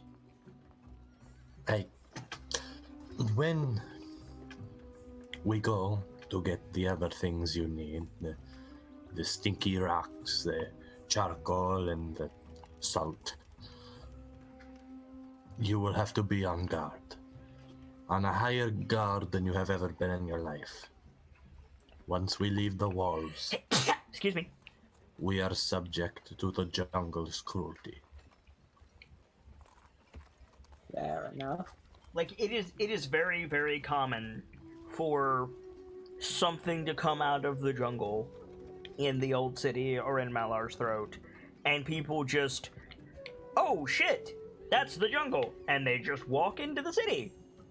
They don't really raise an alarm, they don't, like, send out gladiators, they're just like, yeah, no, sorry guys, I know it's the middle of the night, but there's a fucking Spinosaurus over there, we'll go back out in a minute.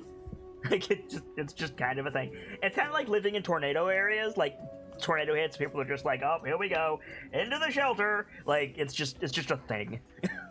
Let me tell it to you like this. Once, when I was but a small kitten, I watched a man 3 times your height get dragged away by a pack of velociraptors. 3 times my height ain't exactly hard. Well, it's taller than me. Hmm. He was gesturing to Brick when he said 3 times. Hi. That's who answered you was Brick. Oh. I am still having issues discerning their voices. It's all good. I am he who monkey brain boy. So, let me see if there's anything interesting happening out here at the moment for you guys. Out where? Because we're... Ow! Are you not heading out to the old city?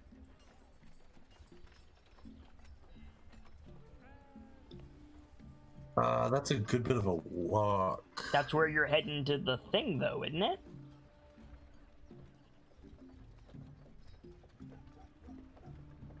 That's up there, yeah? It's, yeah, but, like, that's where you were heading for the stuff, wasn't it? Yeah. Might as well. Head there, then head to the inn. That's gonna be a long walk. Well, I mean, you say might as well. I understood that the plan was to go to the old city to get the stuff. We'll do that. If you guys are also on board. Yeah. Okay. So, Hockey? Yes. Okay. We go. I was asking yes as in. Oh, I was asking if either of you had separate opinions on whether or not we should head out to the old city and grab that stuff you guys wanted. I'd say I would probably be on board if Burke was on board.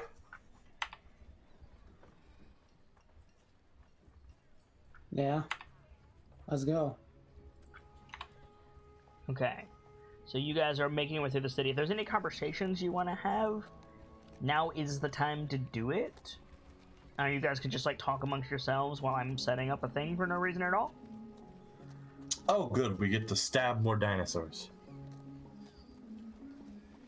Yes. Sparky is excited by this. More data. God.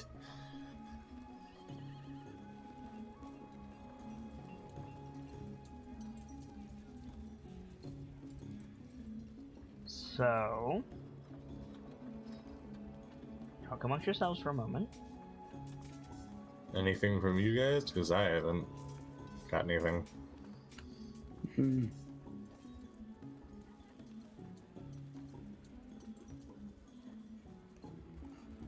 I'm trying to think of something. So, Scratch. I seem to recall that, as I said earlier, when you had your debt to be paid, you were to off. You had to. I was asking if we were getting any payment in return as well. Now your debt's paid, but we're still going for the money. Are we going to get a cut of that as well? The chances are high, yes. I believe she did say whatever he had on him was ours. Yes. But as you noticed, my friend, he did take all of the platinum from the run. That's because I made the bet. True, but if there's one thing I've learned so far from here is don't assume anything when it comes to gold.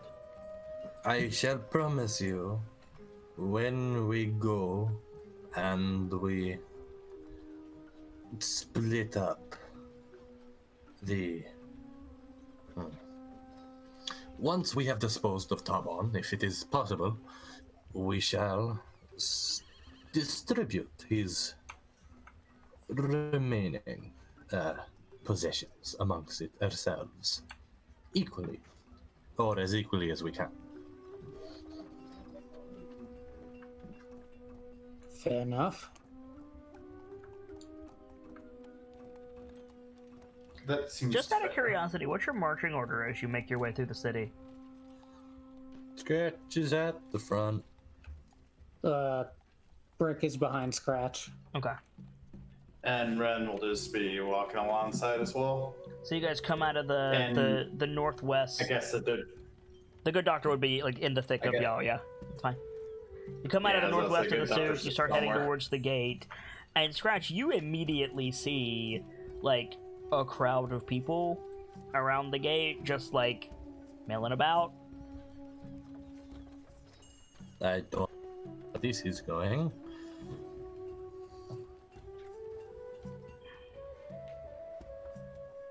Am I able to tell at all why there's a group gathered? There's really only one reason there would be a group of people around this gate. Yeah, but I wanted to ask just in case. You don't see like smoke and fire on the horizon, so there's that. Well, there is good news and there is bad news.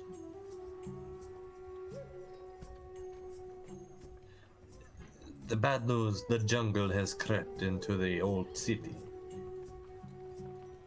and The good news, there is no significant damages to be seen from here. He like gestures to the sky when he says that. Yeah, right. You approach the gate and like they're not like blocking the road, but if you guys start like heading out, like a voice from the crowd is like, "Outlanders, you don't want to go out there yet." I Yeah, don't. I wasn't planning on going out there if the jungle is what we're going to be greeted by. What is it this time? Pair of thunder lizards. Thunder lizards or triceratops? You wish. T-Rex? It might be a Trex. It's definitely a large carnivore. They're called thunder lizards because of the sound they make. We're going to come back another time. He like looks at Brick and Ren and the doctor when he says this. So, one of the guards at the gate, who's been like, you know, he hasn't been keeping the peace because he doesn't need to. He's just like shooting the shit with the people who came in. He turns around and he says, "There's a bounty, Scratch." You're kidding. 2 thunder lizards. 500 gold pieces. Each or total? Total. He looks at the other dude like, At the 3. At the 3. If we're doing this, I do expect to be compensated this time. On we the just- other hand, is the gold really worth fighting whatever these thunder lizards are? If you were so adamant to begin with to get us away from here.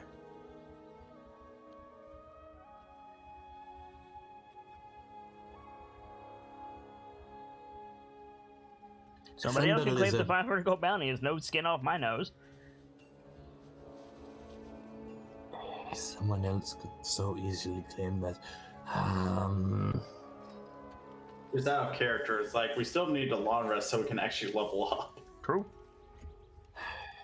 We're not quite at level up, I thought. No, we're just No. over. Yeah, you're just over. Barely Yeah. got it. Like exactly 1 point. No, it was like 20, but it's very low. Yeah. I have 301. Oh, are you guys really at Wait. 301? Really? Alright, I'm at 263. No, I have 301. wait, that Kit forgot to give us XP from stuff from the first episode. Yeah. Oh, yeah. So we are at 301. Wow, I didn't Yeah, actually but- realize that it worked out to 301. That was not on purpose. That's my bad. So yeah, you guys will level up if you long rest. I hate to pass up on a bounty, but yes, you're right. We should head to the inn instead. Well, no reason for me to make that battle map. Well, wasted everybody's time. Good job, kid. Oh well. It happens. Sorry, Sorry, Sorry, I Fox. No, just- no, absolutely nothing to apologize for. I'd rather not have a total party wipe when we're about to level up, especially. Fair enough. But that does mean that you're gonna have to, like, wait to go get your sulfur and stuff. I promise you, it is worth our time to wait rather than spend the extra money. If you say so. So the guard, now faced with the prospect of having to go up there, kind of inhales. Oh, let's hope someone dumber than you comes by, Scratch. Good luck. I'm carrying the 3 dumbest people in Port Nanzaru around with me right now. He looks at them. I'm only saying that because you jumped into the run with me. About I'm that, grateful. the guard, like, walks over to you. He's got his arms folded. He's like, about that. Like, I succeeded. I should be absolved of all crimes. Scowling at you. Just so, this, like, big dude, like, right in your face, just, like, scowling down at you with his arms folded. And of course, like, the city guards, like, they don't wear chest plates. He's got, like, a bare chest and, like, a big metal torque around his neck. Is just glaring at you. What do you do, Scratch? I should be absolved of all crimes. I did succeed. Can you make a charisma saving throw?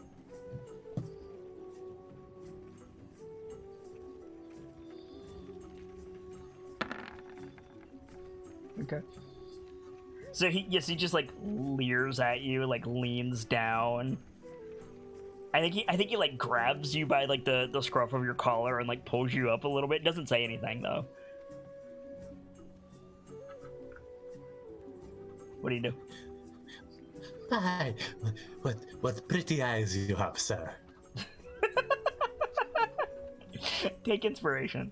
So he grunts and he lets you go. And while he's still like face from your face, he says, "Fall on your butt and I'll give you a gold coin." Like right now? Yes, right now. Okay. Make a performance check.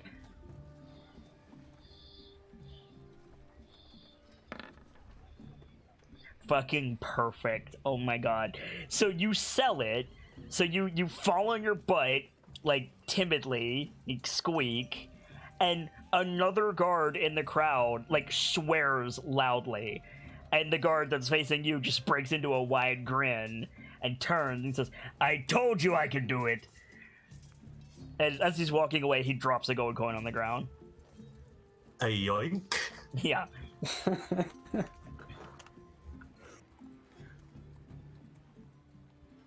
Everything I do has a price, he says, looking at the three of them getting up.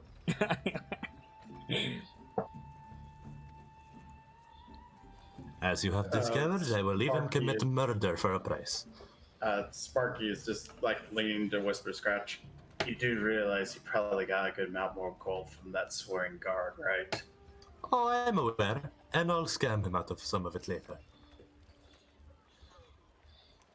You all hear, like, you know that effect that, like, a bass drum has on your body?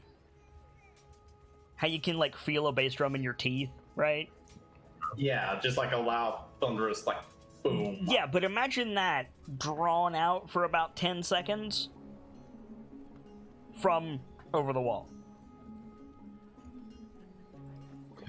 Hair on end, back slightly arched. Yeah, we're not going out there, right? Sparky No, just we're going looks to the around a inn. bit of amusement. He's used to loud bangs, thanks to Brick's gun. All the birds fly up overhead, right? Brick probably has fucking tinnitus, dog. Like, I would argue that Brick probably has earplugs. Yeah. After the first time, definitely. I think it's completely reasonable that while you guys are rolling initiative, while you're like shrugging off your packs and pulling your weapons out, because that's all free at the start of combat, Brick just like takes the earbuds like on a chain around his neck, just slips them up into his ears, and he's ready to go. I think that's completely reasonable for him to have. Yeah. that sounds fair enough. We are going to head to the inn, and we shall rest and attend to business in the morning. So are you gonna take them to the Thundering Lizard?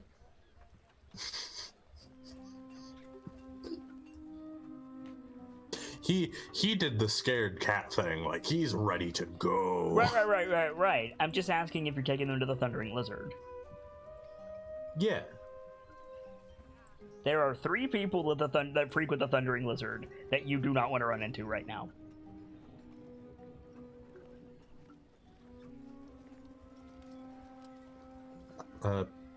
Other bitch guide. And who else was it? I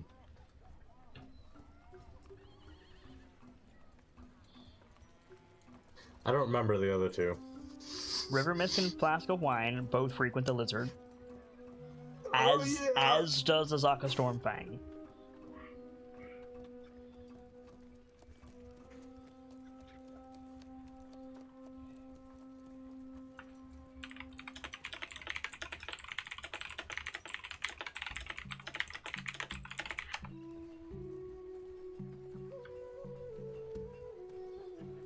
So you want to take them to the Lizard?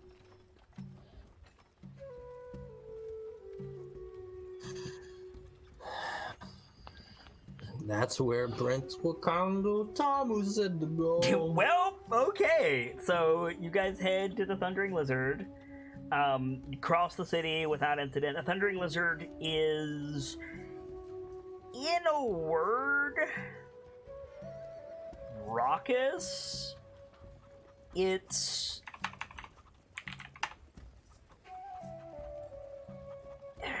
an adventurer's bar. And the best thing about this bar is to enter it, you have to step through the Crown of Fangs logo. There's a big thunder lizard jaw around the entrance of the Thundering Lizard, and you have to walk through its teeth, easily, mind you, to get inside. Yeah, okay, I'm glad we didn't go and fight those things.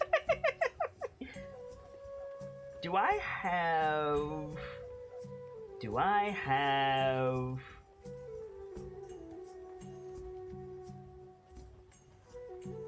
tavern ambience for you guys. I better. I'd be real pissed if I didn't. How do I not have tavern ambience? Oh my god, I'm the worst. I'm sorry, guys. I'll get that for next week.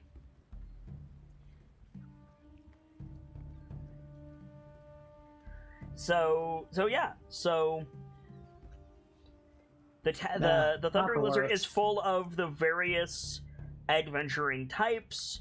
There is a barkeep at the bar slinging drinks. It's like the like pink sky right before nighttime by the time you get in.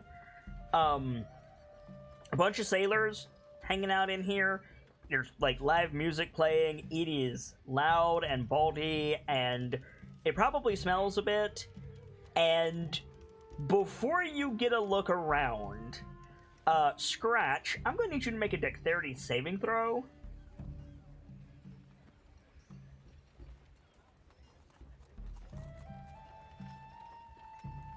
As you guys are walking in, and Brick is commenting, like, I'm glad we didn't go fight that.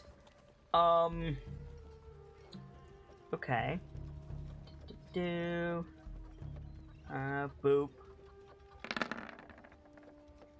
Okay, so you succeed.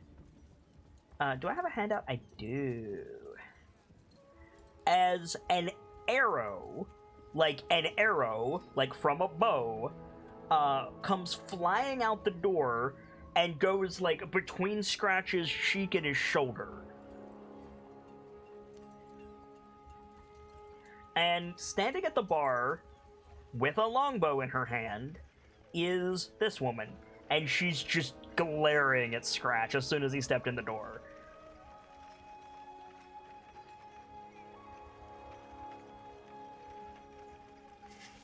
Hi. Like, the music has stopped. Most of the jeering has stopped. Everybody is just like it's like the Old West bar when the good guys walk in, right? It's like that, except the black hat in this instance is this woman. Brett is just busily examining the jaws of the Thunder Lizard door. Okay, so you are completely oblivious to the arrow that passed above your head. Nice. Yeah. Brick. Raise your gun and point it at that woman. You don't have to shoot, just point. Why? Because I'm afraid she'll shoot again. She pulls another arrow out of her quiver. Oh, at She's that going point, to shoot Rick pulls again. his gun. She doesn't put it in the bow. She just pulls the arrow out. That Brick's drawn his gun. He's not pointing it yet. My fight is not with you. If your fight's with him, it's with me too. I am their prince-appointed guide. Slowly puts the arrow back in the quiver. Brick doesn't put his gun away until her hand is off the arrow. I think she keeps her hand on the like quiver, like behind her, because you still have your gun out, so you got like a Mexican standoff going on. But she's still like glaring at Scratch. She says, "You're not welcome here."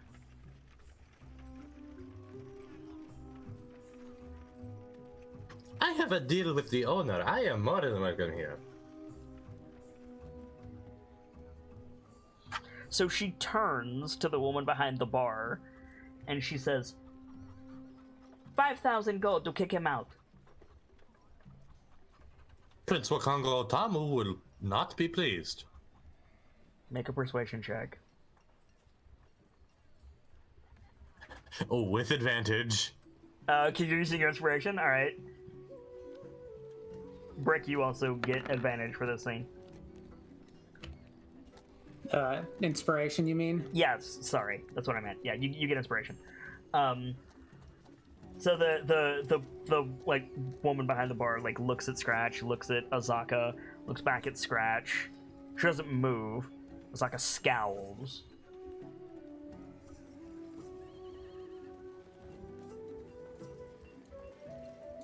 I didn't know he was your type, Scratch.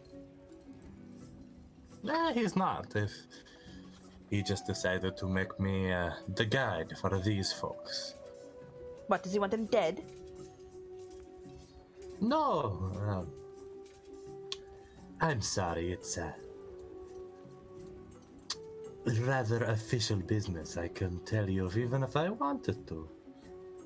She lets go of her quiver, and just for a second, her fingers like twitch toward the falchion on her belt. She stops, and instead she reaches like laterally over to the notice board. She's like at the bar near the wall. There's a notice board beside her. She takes a piece of paper down without looking at it, and she holds it out to toward Brick. She says, "Here, if you don't want to die." Brick puts his gun back in the holster, takes the paper. Yeah. She hands you this.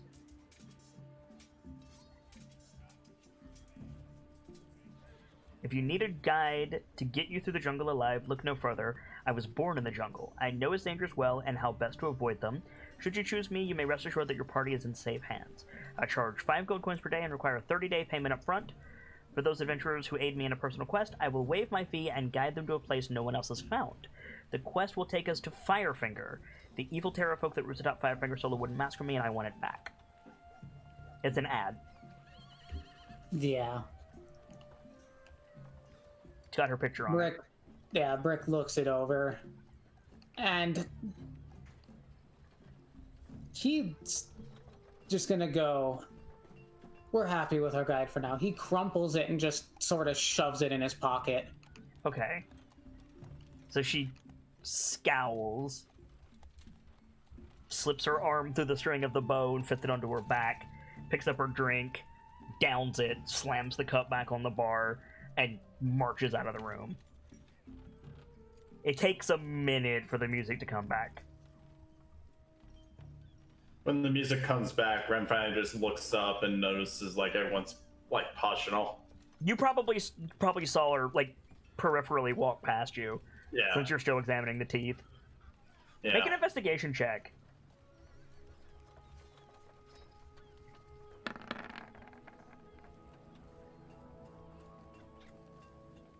The teeth is not like the mouth of this thing is not this big.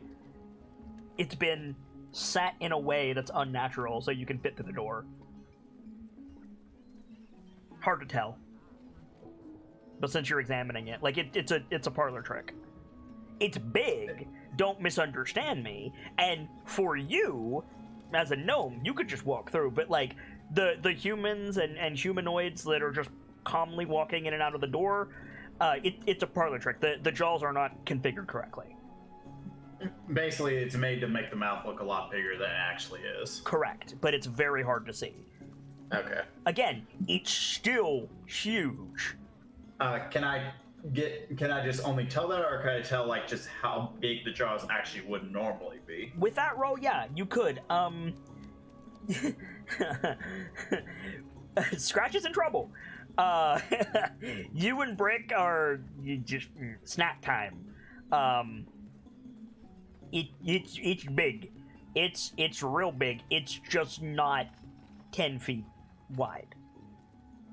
So it could eat all of us in one bite, but It would take a bite for each of you. oh, okay. Yeah. Maybe you and Brick together, but like, yeah, Scratch would be a bite. This thing has like an 8-foot mouth instead of a 10-foot mouth. Like, it's still ridiculous, but it's not as ridiculous. Okay. At this point, I just walk up to everyone else. So, what did I miss? Oblivious to all of that.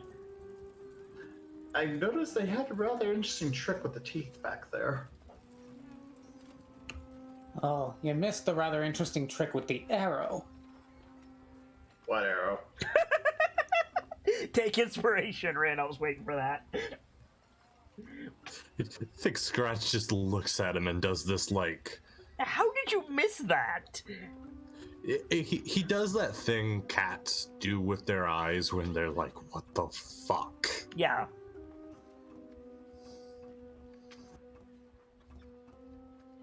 there should be a thing at the top of your character sheet, right above your stat block that says inspiration. It's just a checkbox. Just click it. Ah.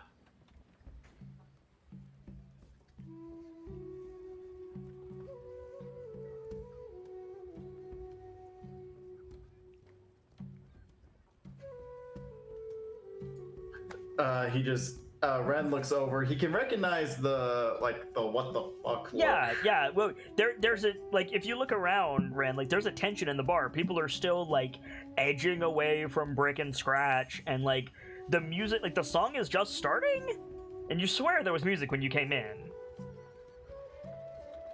Okay, seriously, what did I miss? I'm sorry, but the jaws of whatever this creature is were actually very interesting. Did you know that they just slightly offset the jaw to So make it seem bigger than it is? hang on. You say, did you know that and a drink slams down on the bar in front of you? Just like, drink this and shut up. I just look over at Slam down. Okay, is this on the house? It is if you don't keep talking. Fair enough. And Ren just goes and grabs the drink. Okay. Yeah. It's like really good, like local rum.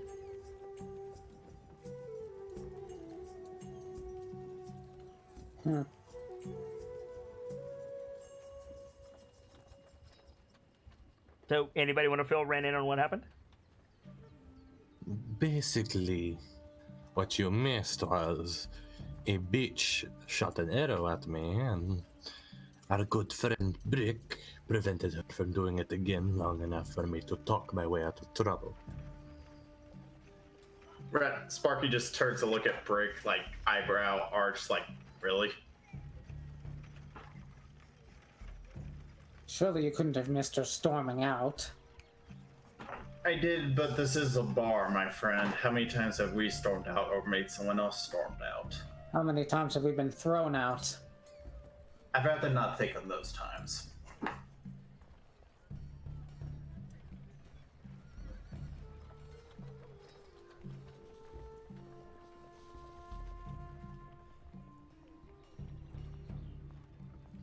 The taverns here totally sell Tej, right?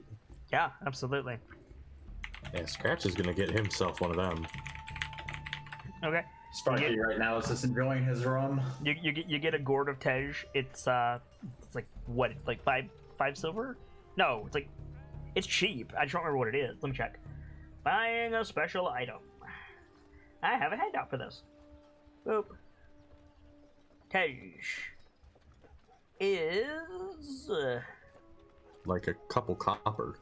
yeah, a mug of Tej is 4 copper.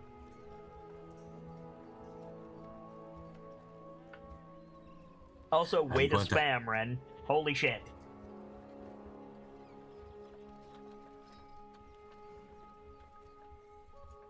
What happened? Ren clicked a button about 9 times. That's what that's happened. my bad, sorry. Something wasn't working on my thing. Yeah, well, if you keep clicking, it doesn't make it work. I thought I had... that was my bad, sorry. Alright. So, what do you think of our wonderful town, our wonderful port so far?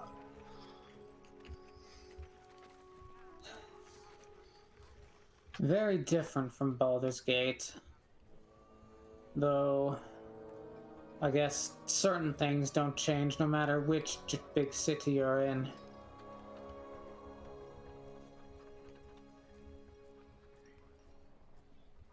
Can you make a Wise perception words. check for me, Brick?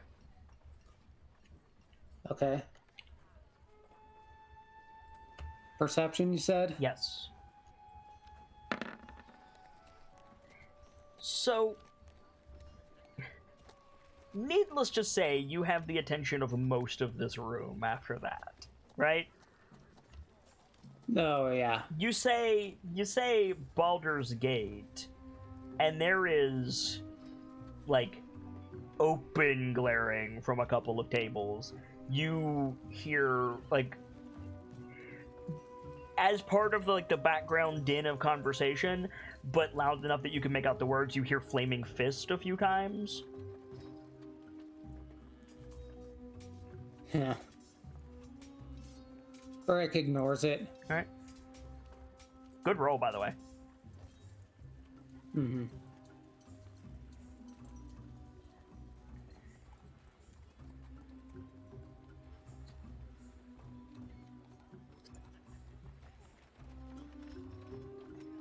Where, just for reference, the closest bathhouse.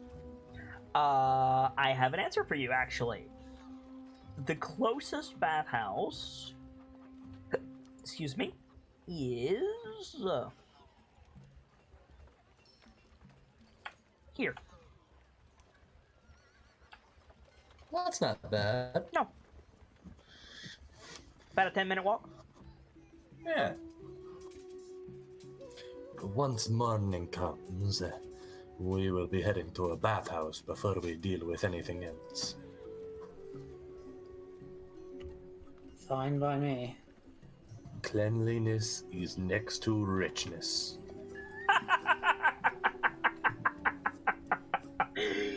Fucking take inspiration.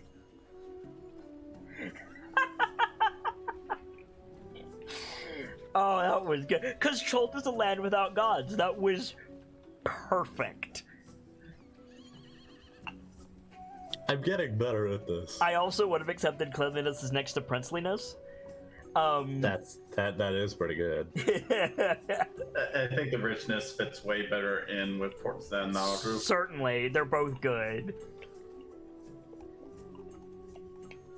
Scratch is gonna finish his drink and grab the bag Prince Wakonga gave him when they first met when he first met with this group. Mm-hmm. And I didn't ask how much was in it specifically because I'm not gonna add any of that to my money. I'm just gonna hand over the bag and say, we would like rooms. Okay. So the barkeep takes it. And I imagine the barkeep of the Thundering Lizard she's like the female Central African version of Durnan. So she's she's been a barkeep for a while, so she's got a little bit of port to her. I said port with a T, by the way. But she's a demon with a rolling pin type woman. You know what I'm on about? Yeah. She can wreck your day, basically. Yeah, if she sets her mind to it. I think she takes it, looks into the bag, squints at you. For how long?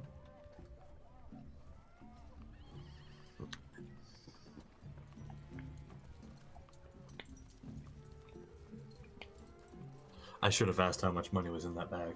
Yeah, you should have.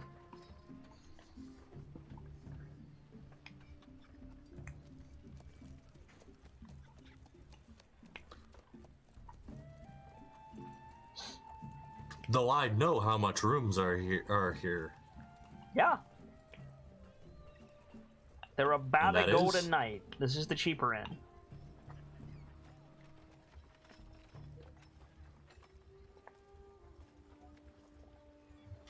We'll do a week and take money in addition for adding breakfast onto the menu for when we're coming down, shall we say. Looks in the bag again. Looks back at you. Nods.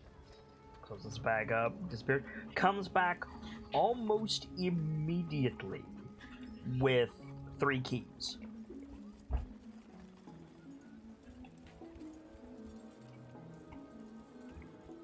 Brick just takes a key.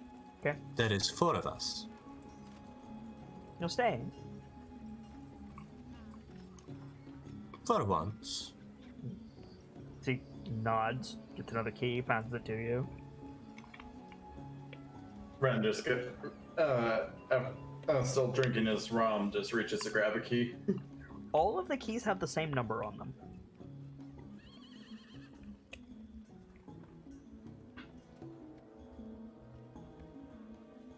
Scratch probably doesn't bat much of an eye at that. Okay.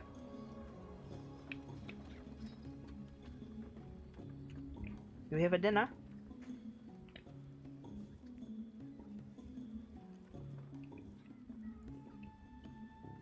They serve fish here, yeah? They serve a lot of things here, yeah. Just gonna ask for fish. Sam Tab? Stamp tab. And Dr. Lorelei orders some food. Are you guys getting dinner? Yeah. Yeah. Dinner, and I'll get a rum too. Okay. Yeah, I'll take it. She I'll puts a get dinner. bottle of expensive-looking rum down in front of you. How much gold was in that bag? I don't know, but she better not run through the whole bag in one night, please and thank you. She goes into the kitchen, and you guys can have a little conversation if you want. But if you don't, she comes out with, like, an entire roasted marlin and sets it down in front of Scratch. And she looks at the three of you, and she's like, your steaks need a bit more time. Ren just like is staring like back and forth. Not used to like having like that level of fancy things except when meeting with clients.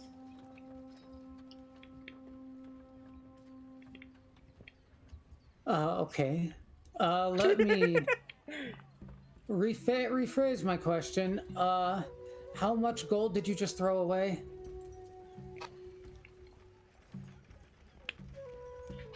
I assume I you're think- asking Scratch. And I don't think Scratch even responds. He's just enamored by the marlin. You know what a Fun marlin is, right, fact. Gamzee? Yes. Okay, cool. Fun fact. Tabaxi always have some kind of quirk, something they're obsessed with. Yes. To the surprise of most people, I'm certain, Scratch is obsessed with fish.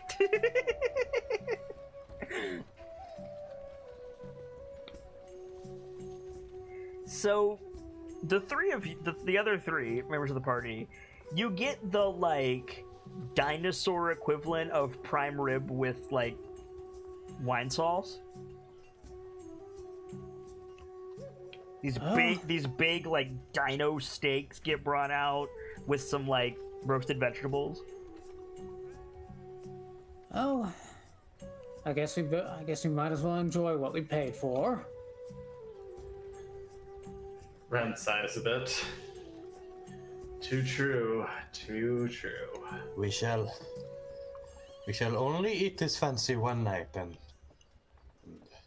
Not have money for the rest of the trip. yes. Oh God, Marlin. So, quick thing, Vader and Hawk, this is gonna sound like a really, really weird question. Have you guys ever had, like, alligator or rattlesnake?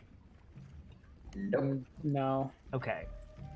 Reptile meat is basically poultry. So it looks like red meat, but it flakes like poultry and it tastes like poultry. It's a weird thing.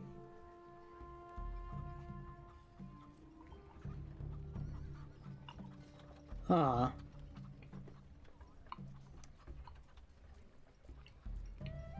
Do not ask me how I know this. I've learned to not ask. Thanks, I think. So yeah, so you guys have dinner. If there's nothing you want to do, you can retire to your room. Scratch, at what point do you look at the number on the key?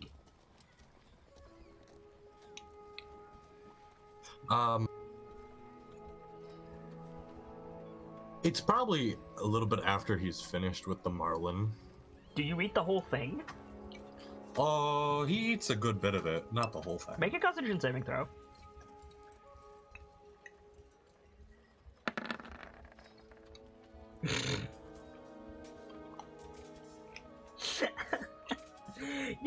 picture of a lion after a kill, Scratch? Yeah. How they eat and they get that humongous distended belly? Mm-hmm. I feel like that's Scratch. I will say you don't have to eat tomorrow, but you're gonna be sleeping for a while. Mm-hmm.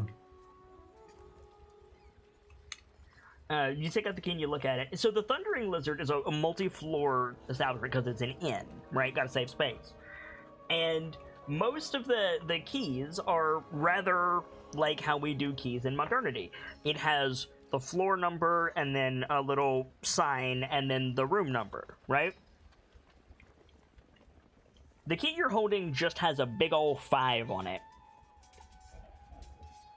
Oh, Wait a moment, did you give us an entire floor? She's helping other customers. Wait, wait. He like wrestles himself out of the chair. Hold on. Did you give us an entire... We cannot afford that. Oh god, I ate too much.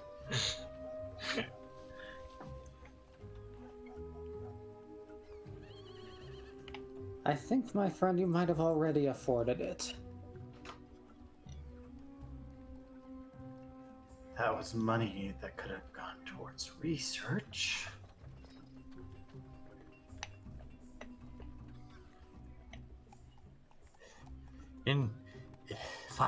Innkeeper. Hey, She looks over, kind of comes over to you. did you give us an entire floor? You said you only wanted a week. 4 rooms, madam, not an entire floor. She gestures at the key in your hand.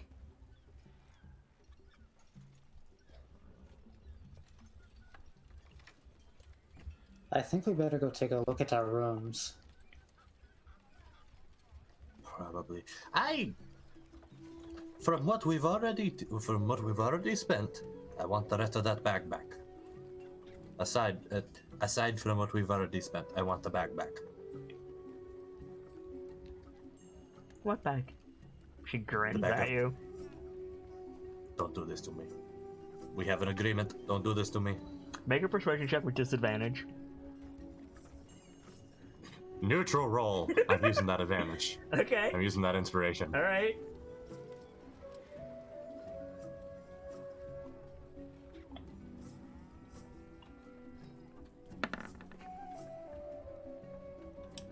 I set the DC at 15. Fuck. So she grins at you, Scratch, and she says, "What's the first rule in Fort Nyanzaru?" I hate you so much. Have a nice day. In case anyone is wondering, the first rule is, once you have their money, never give it back.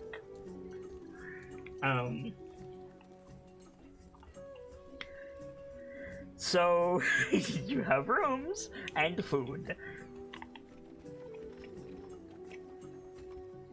Do you go upstairs? Yes. So you go up 4 flights of stairs, and immediately at the end of the 4th flight of stairs, there's just a single wooden door with the gold number 5 on it. It doesn't open into a hallway, it's literally just stairs, door. What the How have I never been up here before? Because you couldn't afford it. It's gonna... Sorry, what was that? I didn't say anything, I just laughed. I just said because you couldn't afford it. What?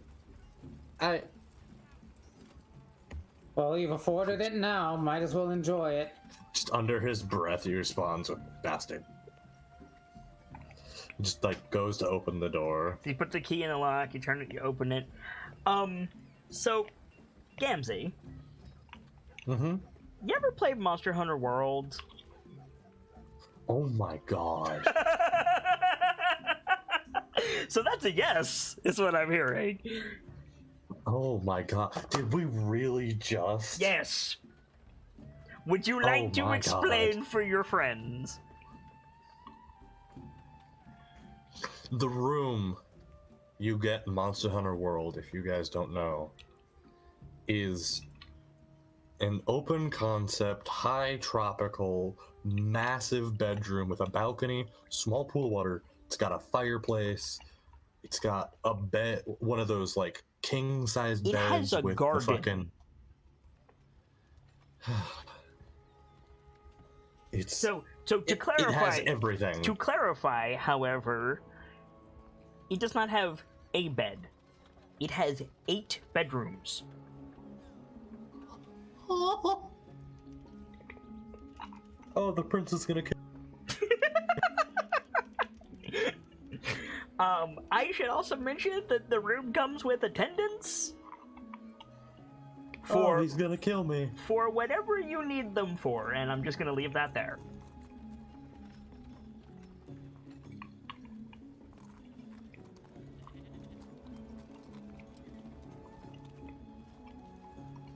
Oh Lord, we are screwed because we spent all of our money at the start. The prince is gonna kill me. The prince is gonna kill me. The prince is gonna kill me. The prince is gonna kill me. The prince is gonna kill me. The prince is gonna kill me. He's like saying this as he walks into a room. Yeah, you're saying this as you're like led to a silk cushion and being fanned with peacock feathers.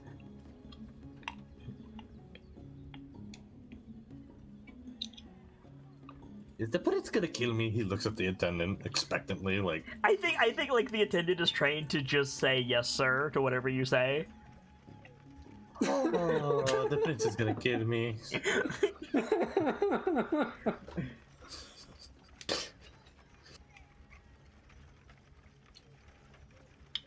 What are the rest of you doing? Sparky's gonna go sit on something to start reading the journal to try and understand it more. Okay. There is not a specific like tinker's workshop up here. However, it does cross your mind that you might be able to ask for one. Oh yeah, that's actually a good point. Just to make sure, also, I can't level up and use the same long rest to infuse something, right? Oh, why couldn't you? Well, because doesn't it take the long rest to level up and then afterwards I have the ability? Right, but you prepare your spells during the morning. An infusion is like that's at a second level ability artificers get where they can imbue an item with a magical effect. Like they can make armor gain a +1 to defense. Right, but he could just do that, right? Like once a day? Let's see. Let me look. Again, I thought it said that. I was under the impression it's an at-will thing. You can just I don't have these think two it's, infusions. I mean, it might be an at-will thing, but there's a number. I'm not concerned about the cast time. I'm concerned about the number of casts. You have a maximum of 2 infused items. Oh, if you have. Oh, sorry, I just found it. Whenever you finish a long rest, you can touch a non-magical object and imbue it with your artificer. Yeah, infusions. so yeah, you could just do that when you get up tomorrow. Okay. All right. I mean, I'm gonna say it's a little bit more than just touch it and infuse it, but if you tinker with it, yeah, it's fine.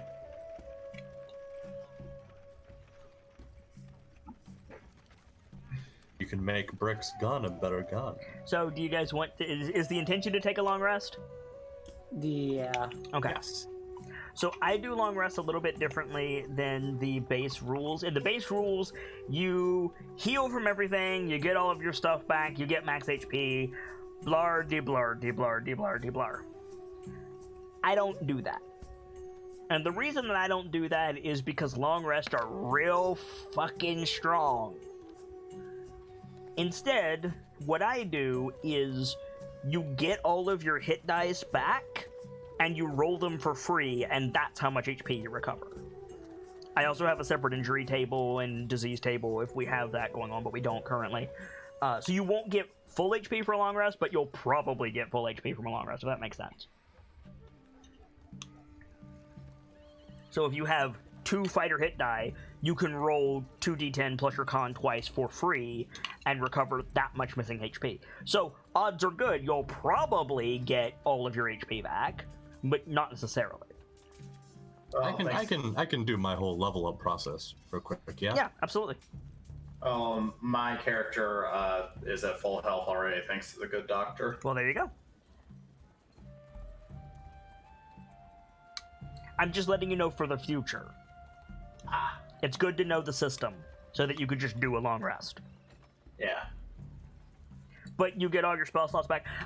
When it comes to spell slots and things like that, this is an understanding of you get all of the benefits of a long rest. Like if you get interrupted and you can't finish a long rest or whatever, like you don't get your spell slots and stuff back. But in this case, you'll get everything that you need back. It's fine. Oh my God, Scratch! That was your level up roll, wasn't it? Yeah. I'ma skin that cat. What? My HP just doubled. Yeah, he just doubled his HP with one roll. Jeez. You bastard. My AC now matches my hit points. Oh dear. So have you guys already done your level up stuff? Frickin'. I have not leveled up in D&D before, so. Okay, so go ahead. I just have a question that I need to throw out there real quick, but you can do this first. Okay, so the first thing you need to do is you need to, once you have healed, like if you need to heal, roll your hit dice to heal, and then after that, whatever class you're taking another level in, I'm assuming you're both taking a second level in your main classes. Yeah. Roll your hit dice once, and that gets added to your max HP. Then set your level to 2, so Fighter 2 or Artificer 2, and it will calculate most of your other stuff automatically if you do that. Oh, Brick, I'm sorry. This is why I usually take the average. If you want to take the average, you can. I didn't specifically say that, but that's fine. Yeah, I'll take the average. Okay. That's a 6, right? It would be 6 plus your con. Oh, yeah. Okay, so 6. And and I only have one hit die, right? I'm supposed to only have one at this point. You're gonna have 2 in about 1 second. So roll first, then hit die. Correct. Nice. So set your Artificer to 2, set your Fighter to 2. It'll update your stats automatically. Mostly, you might need to set your hit dice to 2. I'm not sure. It will not put your abilities in automatically. So put those in. I think you get Second Wind, and Sparky, I think you get some new spells. I think. I get Action Surge. Action Surge. So, do we automatically get like kicked to the new health total, or is that just our new maximum? Oh no, it's additive. Okay, so like I go up to like my new total. Correct. Basically. Okay, Correct. that's what.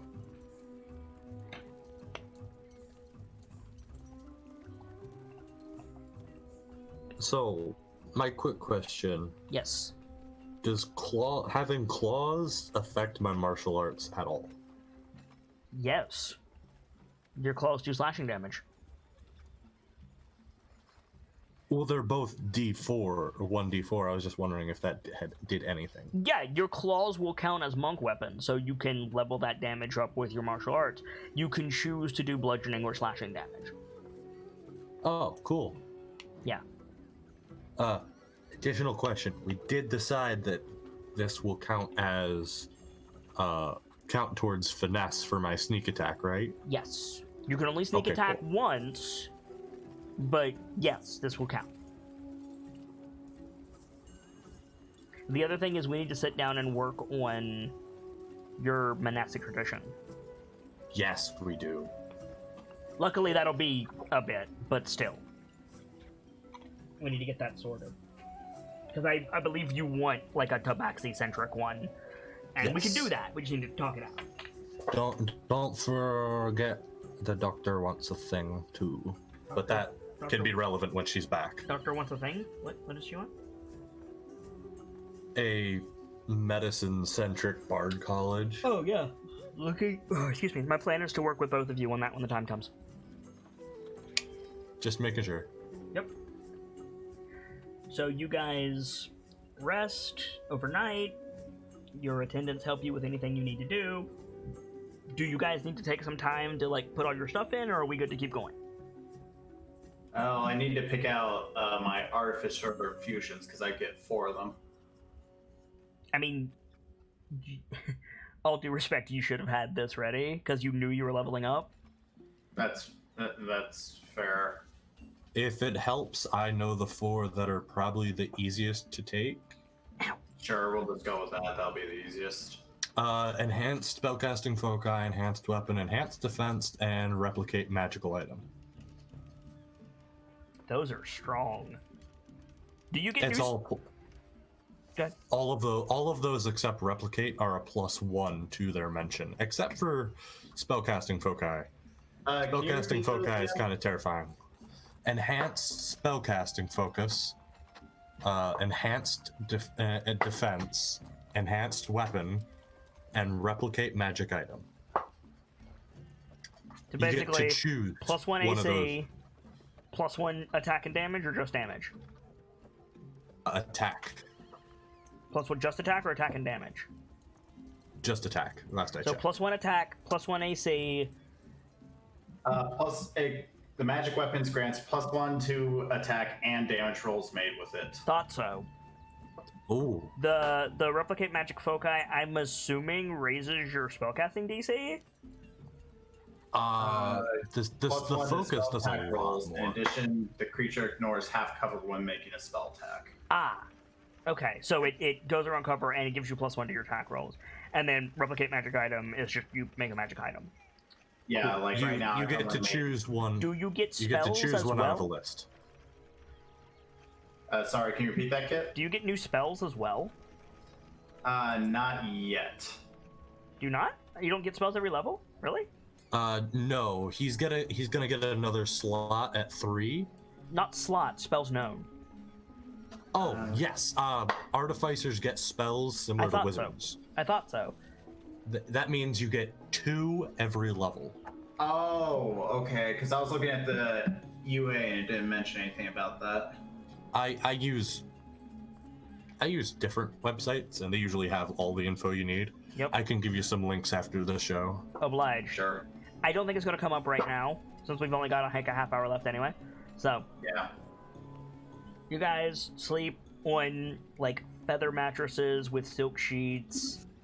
Alone or with company, if you want. It's up to you. Doesn't matter. Quick bathroom break. Sorry? Quick bathroom break. Okay. Scratch, you're probably up first because you're still kind of freaking out. Oh yeah. You wake up, your armor has been cleaned, your clothes have been cleaned, minus whatever you're sleeping in. All of your belongings have been taken out of your bag and meticulously cleaned and arranged, including your money. It's all there. It's just... This is a weird question, but is my rock still here? Yeah, everything is still there. It's just been organized on a silk cloth on a table and cleaned. That's a lot of stuff. Yeah, it is. I'm aware. You get what you pay for. The prince is gonna kill me. You're doing the thing again, Hockey. Wait, no. Wait, no. I can sell this as giving them an experience of Charlton. Yes, and then. Oh, and if he thinks badly of these, I can convince him it was a matter of convincing them. Chult, he really is worth. Yes, good plan. And he like high fives himself. That's called clapping in most cultures. Yeah, go on. And he like grabs the armor and goes. Yeah. Just shoves it best he can into his pack, puts his stuff back on. Okay. His clothes. Okay. packs all this stuff up, steps outside, and then goes. So you step outside, and the lounge area that you went to bed to has been converted into a long table full of like continental breakfast items, so like fruit bowls and like egg dishes and like yogurt. This big table of stuff.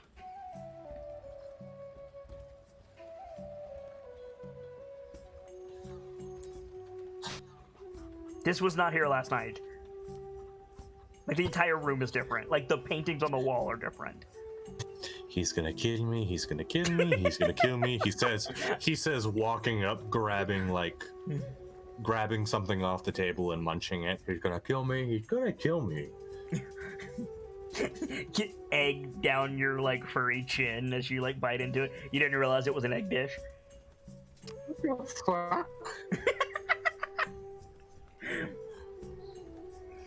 God, and now I'm thinking about dinosaur eggs Benedict. Oh, that'd be a lot of. That'd be a lot.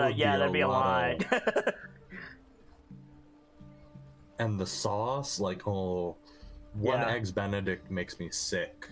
Yeah. Fun fact, by the way, that sauce goes really good on asparagus. That sauce goes really good on pasta too. That's true. Alright. Does everyone awake at this point, or? Yeah, you can be. I thought some of you were AFK, so I was just starting with scratch. Okay. You can wake up whenever you want to. You probably hear Scratch, like, messing around the table. It's same thing for you guys as well, by the way. You wake up, minus what you're wearing, all of your clothes has been, like, cleaned and put on, like, dressing dummies. All of your packs have been unpacked, arranged, and neatly cleaned, including your gun, Brick. Oh my fucking god, they didn't. He immediately checks over the gun. It's been scrubbed. It has not been oiled because they don't know to do that. Okay. That's not gonna affect its performance in any way, is it? It will if you, like, shoot it a bunch without oiling it, but you can oil it in, like, 2 minutes. It's fine. Yeah. You have the stuff on you to do it. Yeah, he'll do that.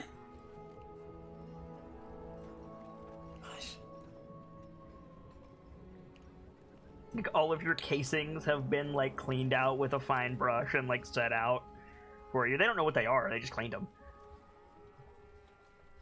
Okay, then. Like, while everyone else is messing with their stuff, they just hear a scream from, Oh, no. from inside my room. Okay, so Scratch, you're staring at this egg dish like, what the fuck, and then you just hear a scream.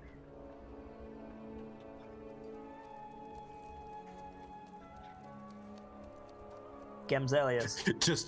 There's just that scene that, like, you always see in anime, like, the character, like, hears something and they're just lean slightly and they're gone. Yeah, nice. So, Brick, I'm assuming you, like, throw open the door, like, we're under attack, run out with, like, I'm assuming you have, like, a knife, because your gun's not quite ready. I've got the scimitar I picked up from the fountain. That'll work. So you both, like, get to Ren's door at about the same time. Do you do that really funny thing where you knock heads? No, you can't. Never mind. You're a dwarf. No. Never mind. Yeah. Yeah. And also Scratch is a Tabaxi monk. He's real fat. Never mind. So yeah. So you see Scratch, like, throw open the door to Ren's room as you're running over to it. Backflip. No. You just come in and you see, like, Ren just, like, going like that, mouth open, going, arms out, thrust at all the organization of all of his items and all. God, he's been poisoned.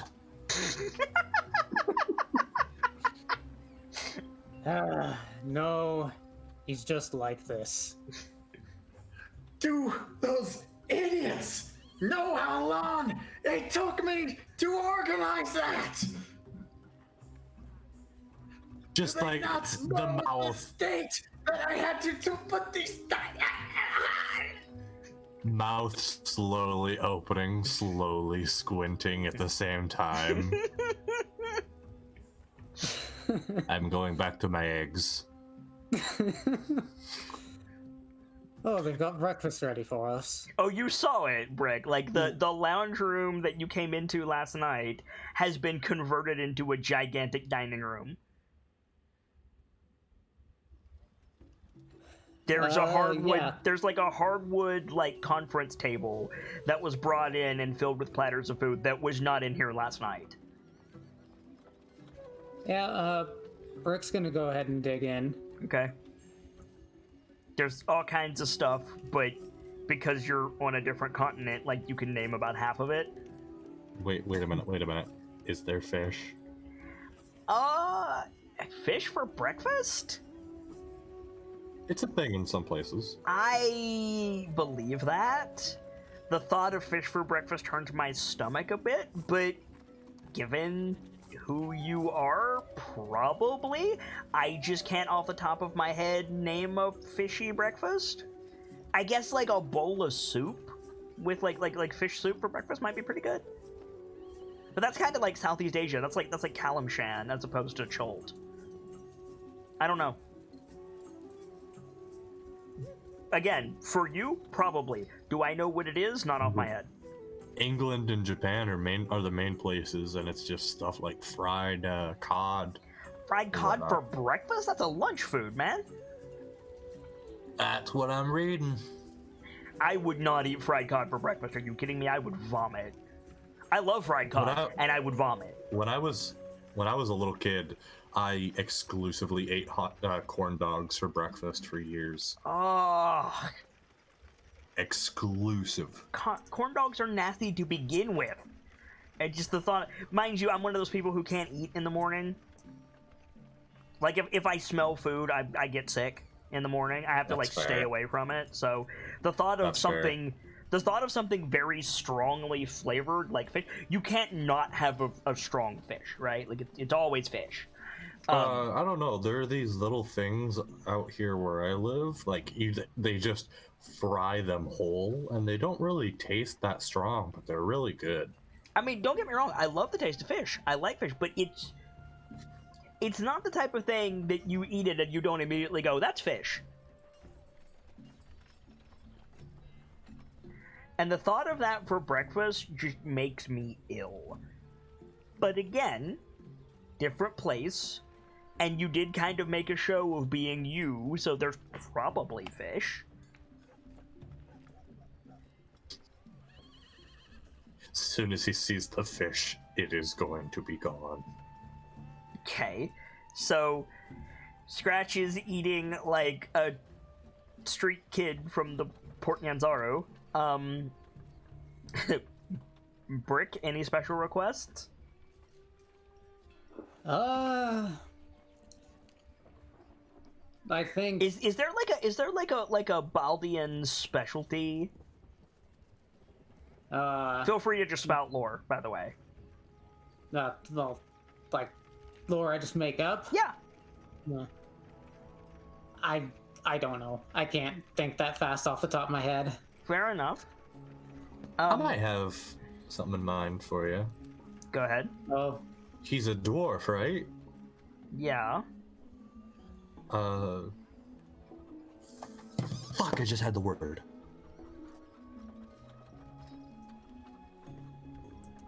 I was thinking like Like a beer cheddar soup, but that's dinner. That's not breakfast. That's what I was thinking. That's dinner. That's dinner food. but also like Brick has spent most of his adult life in human society. Yeah, and you talk like a human. You mentioned Baldur's Gate. What my point was, if there is a Baldian like specialty, they probably have it. If it's like just thinking of something random off my head, like if it's like an English style fruit tart, they wouldn't normally have it, but it's here. Yeah. I was thinking Brick's probably heading more towards sausage and stuff. Nice. Ren, how long does it take you to stop crying over your stuff? It takes me a little while. How they're long probably is a like little halfway- while? Like they're halfway through what they're eating. Okay. So after a while, the doctor and Ren join you guys for food. Ren immediately looks for anything alcoholic on the table. I mean, probably Tej, rum, champagne, mimosas, beer, 5 o'clock somewhere. right? He just grabs some more of the rum and starts drinking it. Ugh. Breakfast of champions. Fine, he'll also have some eggs along with it. Now it's really the breakfast of champions. I thought that was pizza. I don't know if it was Tomb of Annihilation, but I was watching a D&D 5e module, and the GM was like, what do you guys, eat? And somebody was like, what's the specialty of your homeland? And one of the players went, I mean, I know I shouldn't say pizza, but pizza? And the GM was like, okay, fine, whatever, pizza. I don't remember. It was either Tomb of Annihilation, Descent into Avernus, or Waterdeep Dragon Heights. I don't remember which one.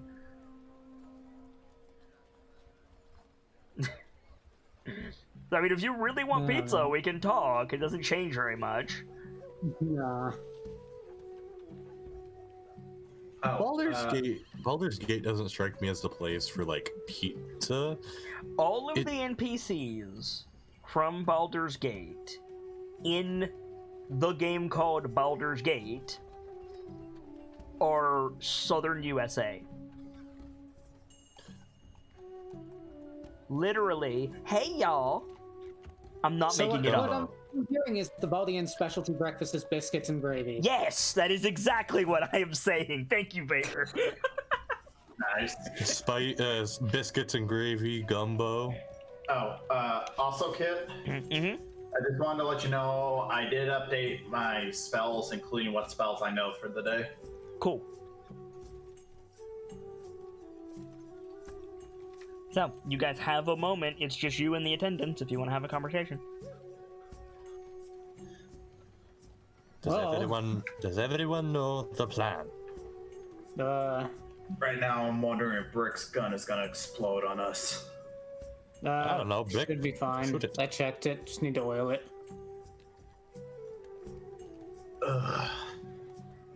Let's just say they were very lucky to get into some materials. Oh, I should specify something, Ren. Yeah. If your material, your material spellcasting components are weird shit, that also got cleaned. So, for example, let's say you had a spell component that was an owl feather. Somebody took a very fine brush on that owl feather and cleaned it and made it pristine. Oh my god. Yeah. These people go half. You know what? I don't think if Scratch were to hear that, I don't think he'd be mad about how much he paid. This shit is He fucking. would be getting his money's worth at least.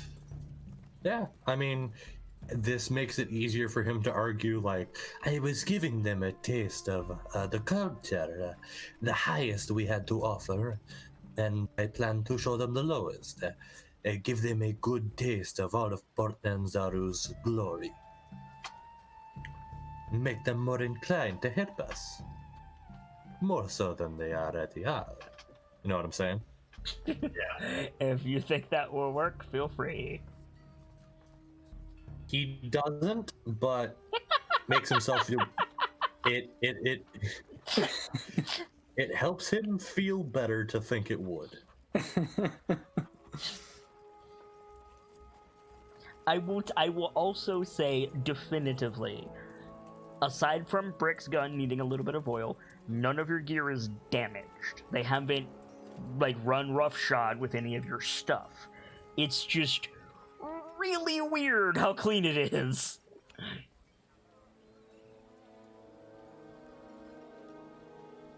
Steel on this rapier since I was a child.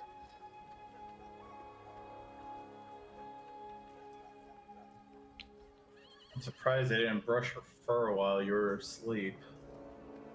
Implying that they didn't.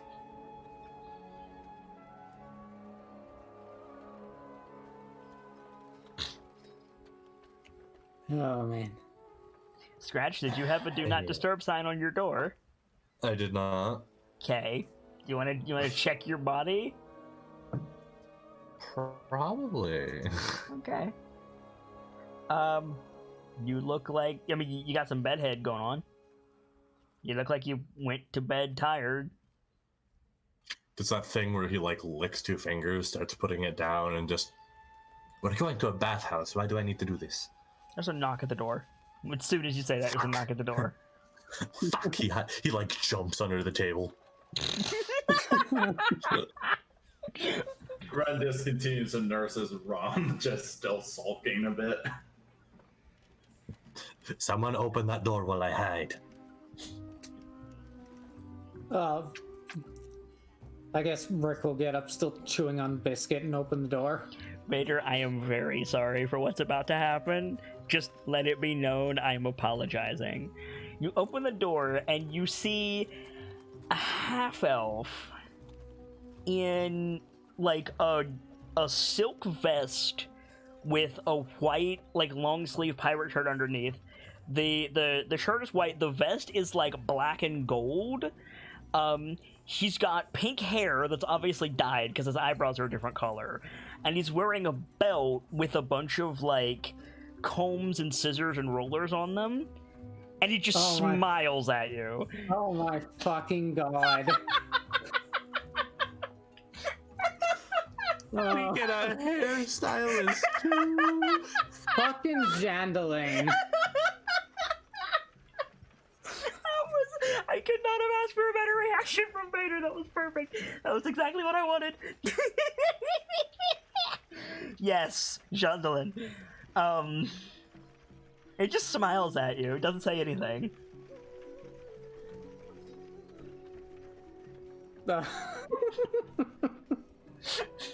Ren just like leans back in his chair, like, can you from a distance see the combs and all, or? No, Brick is probably blocking his belt. You can see his face, though. This painted half-elf in a gold suit. And who are you? Here to make you look like the talk of the town. You're not touching my beard. Wouldn't dream of it. Ren just like, can Ren hear this or not? Yeah, probably. How much bloody money did we give her?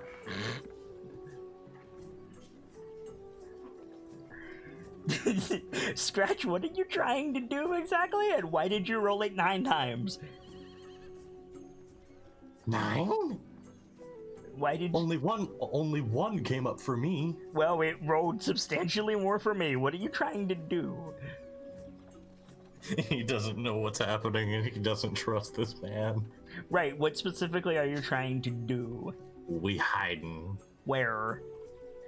under the table. Okay, so do you know how poor of an idea that is? It's a hardwood table. I didn't say it had a drop cloth on it. Probably like from the table, trying to get to his room unnoticed.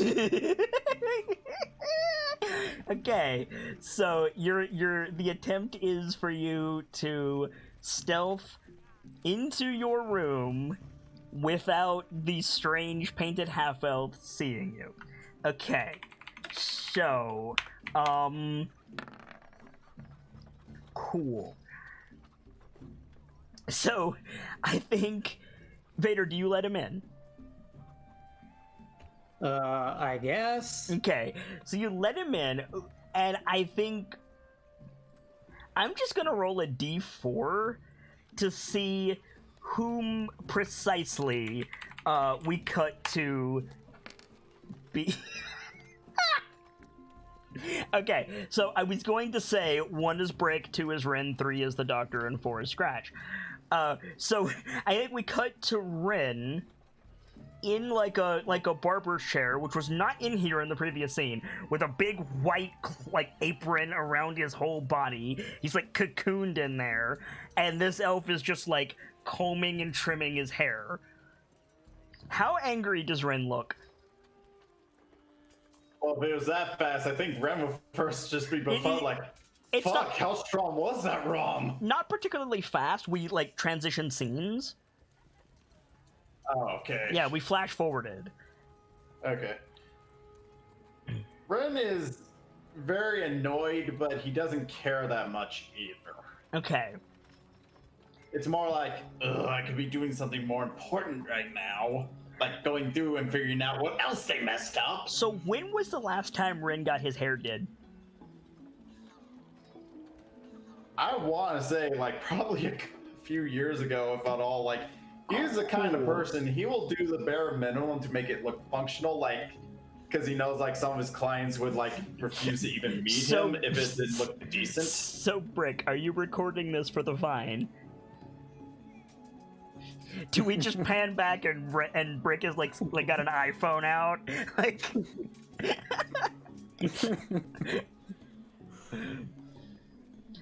because I would be just throwing that out.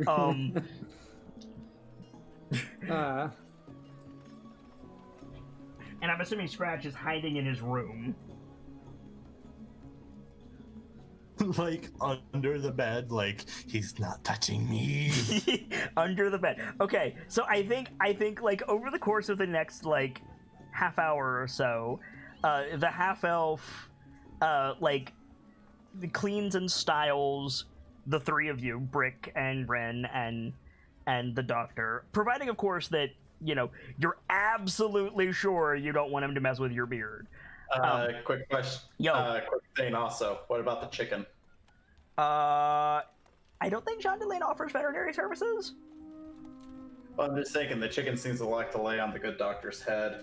No, incorrect. The doctor has a habit of putting the chicken on her head. Okay, fair enough. And the chicken simply stays there usually. Yeah. In other news, I have a cat. Hello, Teobine.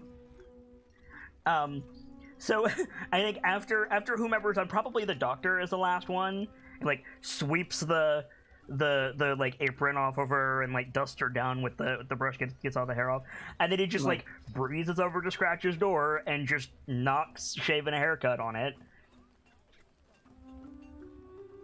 Knock knock. Small scream from under the bed. Rick would let him groom him, but not his beard. Hey-o! That sounded like a cat attack. It was not a cat attack. Tadeo was knocking things off of my bed for no reason. You are making a kitty mess for no reason. Stop it. It's a catastrophe. She is displeased with my placement of things. Anyway, so fixes up Brick's beard, knocks on the cat's door. Knock knock, small scream from under the bed. Tries the handle. You're not grooming me! Is the door unlocked? Yes. Cool. Unfortunately, I don't think he would have thought of that. Unlocks the door, or like turns the knob, like gives Brick and Rin like this winning smile, just breezes into the room. So I feel like in the interest of fairness, this should happen off screen and it should come down to a dice roll, right? Like Jean Delane breezes into the room, the door closes, and then we hear ruckus, right? We don't actually see the altercation between the half elf and Scratch. You just hear like an angry cat noises yeah, and all. exactly. The internet. You're not my mother. Yes.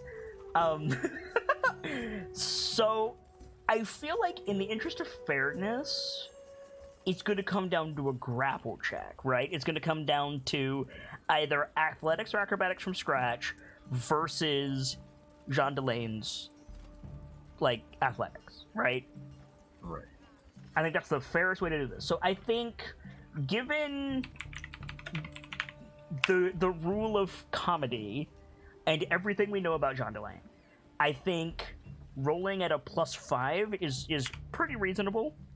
We'll just call that the DC. So the number to beat is 18, Scratch. Oof. I want Scratch to have like a little hair bow on top. Okay, so what is the aftermath of this scene? Does Jean Delane lose? Or does Scratch just run screaming into the night? I think it's more Scratch is like clinging all fours on the ceiling. Okay. I still want Scratch to just like have a hairbow like half tied on or something. Yeah, like there's like a comb, like a brush stuck on his hair. Yeah. He's like clinging to the ceiling, like, you're not touching me. So I think the scene that we see is Scratch like panic Kato pinned to the ceiling, and Jean Delane is just calmly affixing like ribbons to his tail as his tail is like hanging down. I think that's the last shot of the episode. What do you guys think? Yeah. All Ren will be thinking is, how much money did we give her? So yeah, I didn't Enough want for a good morning's entertainment, apparently. I didn't want to do too much this episode with Sibs not here, so thank you guys for bearing with me through that. But I could not resist Jean Delane. I'm sorry, Vader. Shout-out screens are still not ready. They should be ready for next week. I'll be yelling at all of the artists to get that done. But in the interim, we can still do some shout-outs. Gamzee, if you please. Ladies and gentlemen, as always, I'm Guy Gamzee, the bot in training, getting a little more experience with every single show, and I do hope you've enjoyed this one. If ever I am needed, you can always find me in the Discord, in DMs, or on Twitter to start calling me. Speaking of those places, if you were unable to get your question out, or you came up with one between showings of my own and Kit's show hitting the books Wednesdays at 6, please send them to me at one of the mentioned places, and your question will be added to the Q&A section of the next showing. Thank you very much. Have a fantastic rest of your day, and go drink some water. Vader? Greetings, everyone. I'm Journeyman Vader. I am a Twitch streamer and a keeper over on Kit's Discord. You can find me there on Twitch at twitch.tv/JourneymanVader and on Twitter, which I barely use, at VaderSidious. Hope you had fun tonight. Hockey, finish us out. Hello, everyone. I am the Bird of Intangibility, Intangible Hawk. I program, I do some art very poorly, and I also D&D very poorly. You can find me on Kit's server, same name, or on Twitch at the same name as well, and twitch.tv/intangiblehawk. Thank you for coming by and sticking with me as I apparently keep clicking buttons too often. For my part, I am the sharp-eyed Kitsune, the teller of tales and the weaver of mysteries, the masked bard. This is a channel that is devoted to lore and storytelling, world-building, role-playing, and discussions of those things. So if that's to your fancy, you're in excellent company here, and I do hope that you enjoyed your time with us. I stream every single day that my health permits me to do so when we're rolling with advantage in 2020, which is 2 chances to catch a given stream. Tomorrow, I'll be back with Ghost of Tsushima in the afternoon. We just started a new area, and there's lots of quests to do as we continue on our adventure. And in the evening, I'll be hitting the books with Guy Gamzee, finishing up our work through of the D&D 5th Edition Player's Handbook. So if you saw something interesting tonight, you want to learn how to play, stop by for that. We'd absolutely love to have you. For now, I need to get out of here, but when I do, I'll be hosting someone who I like, someone who I hope that you all will like, and can spread some of the love that was felt here today over in their channel. And check back here, because I'm always hosting someone, and you might find a new favorite streamer that way. For now, as ever, it's time to close the book on today, and leave you with these parting words. From myself and my keepers, and those joining me on the stage this evening, to all of you, the regulars, the followers, the newcomers, and the lurkers, whether you're just having a seat by the fire or you've got a running tab at the bar, remember, there's always more stories to tell. And hopefully, I'll see you all tomorrow for whatever may come and a new chapter. Good night, you guys. Thank you so much for stopping by, and hope to see you again soon.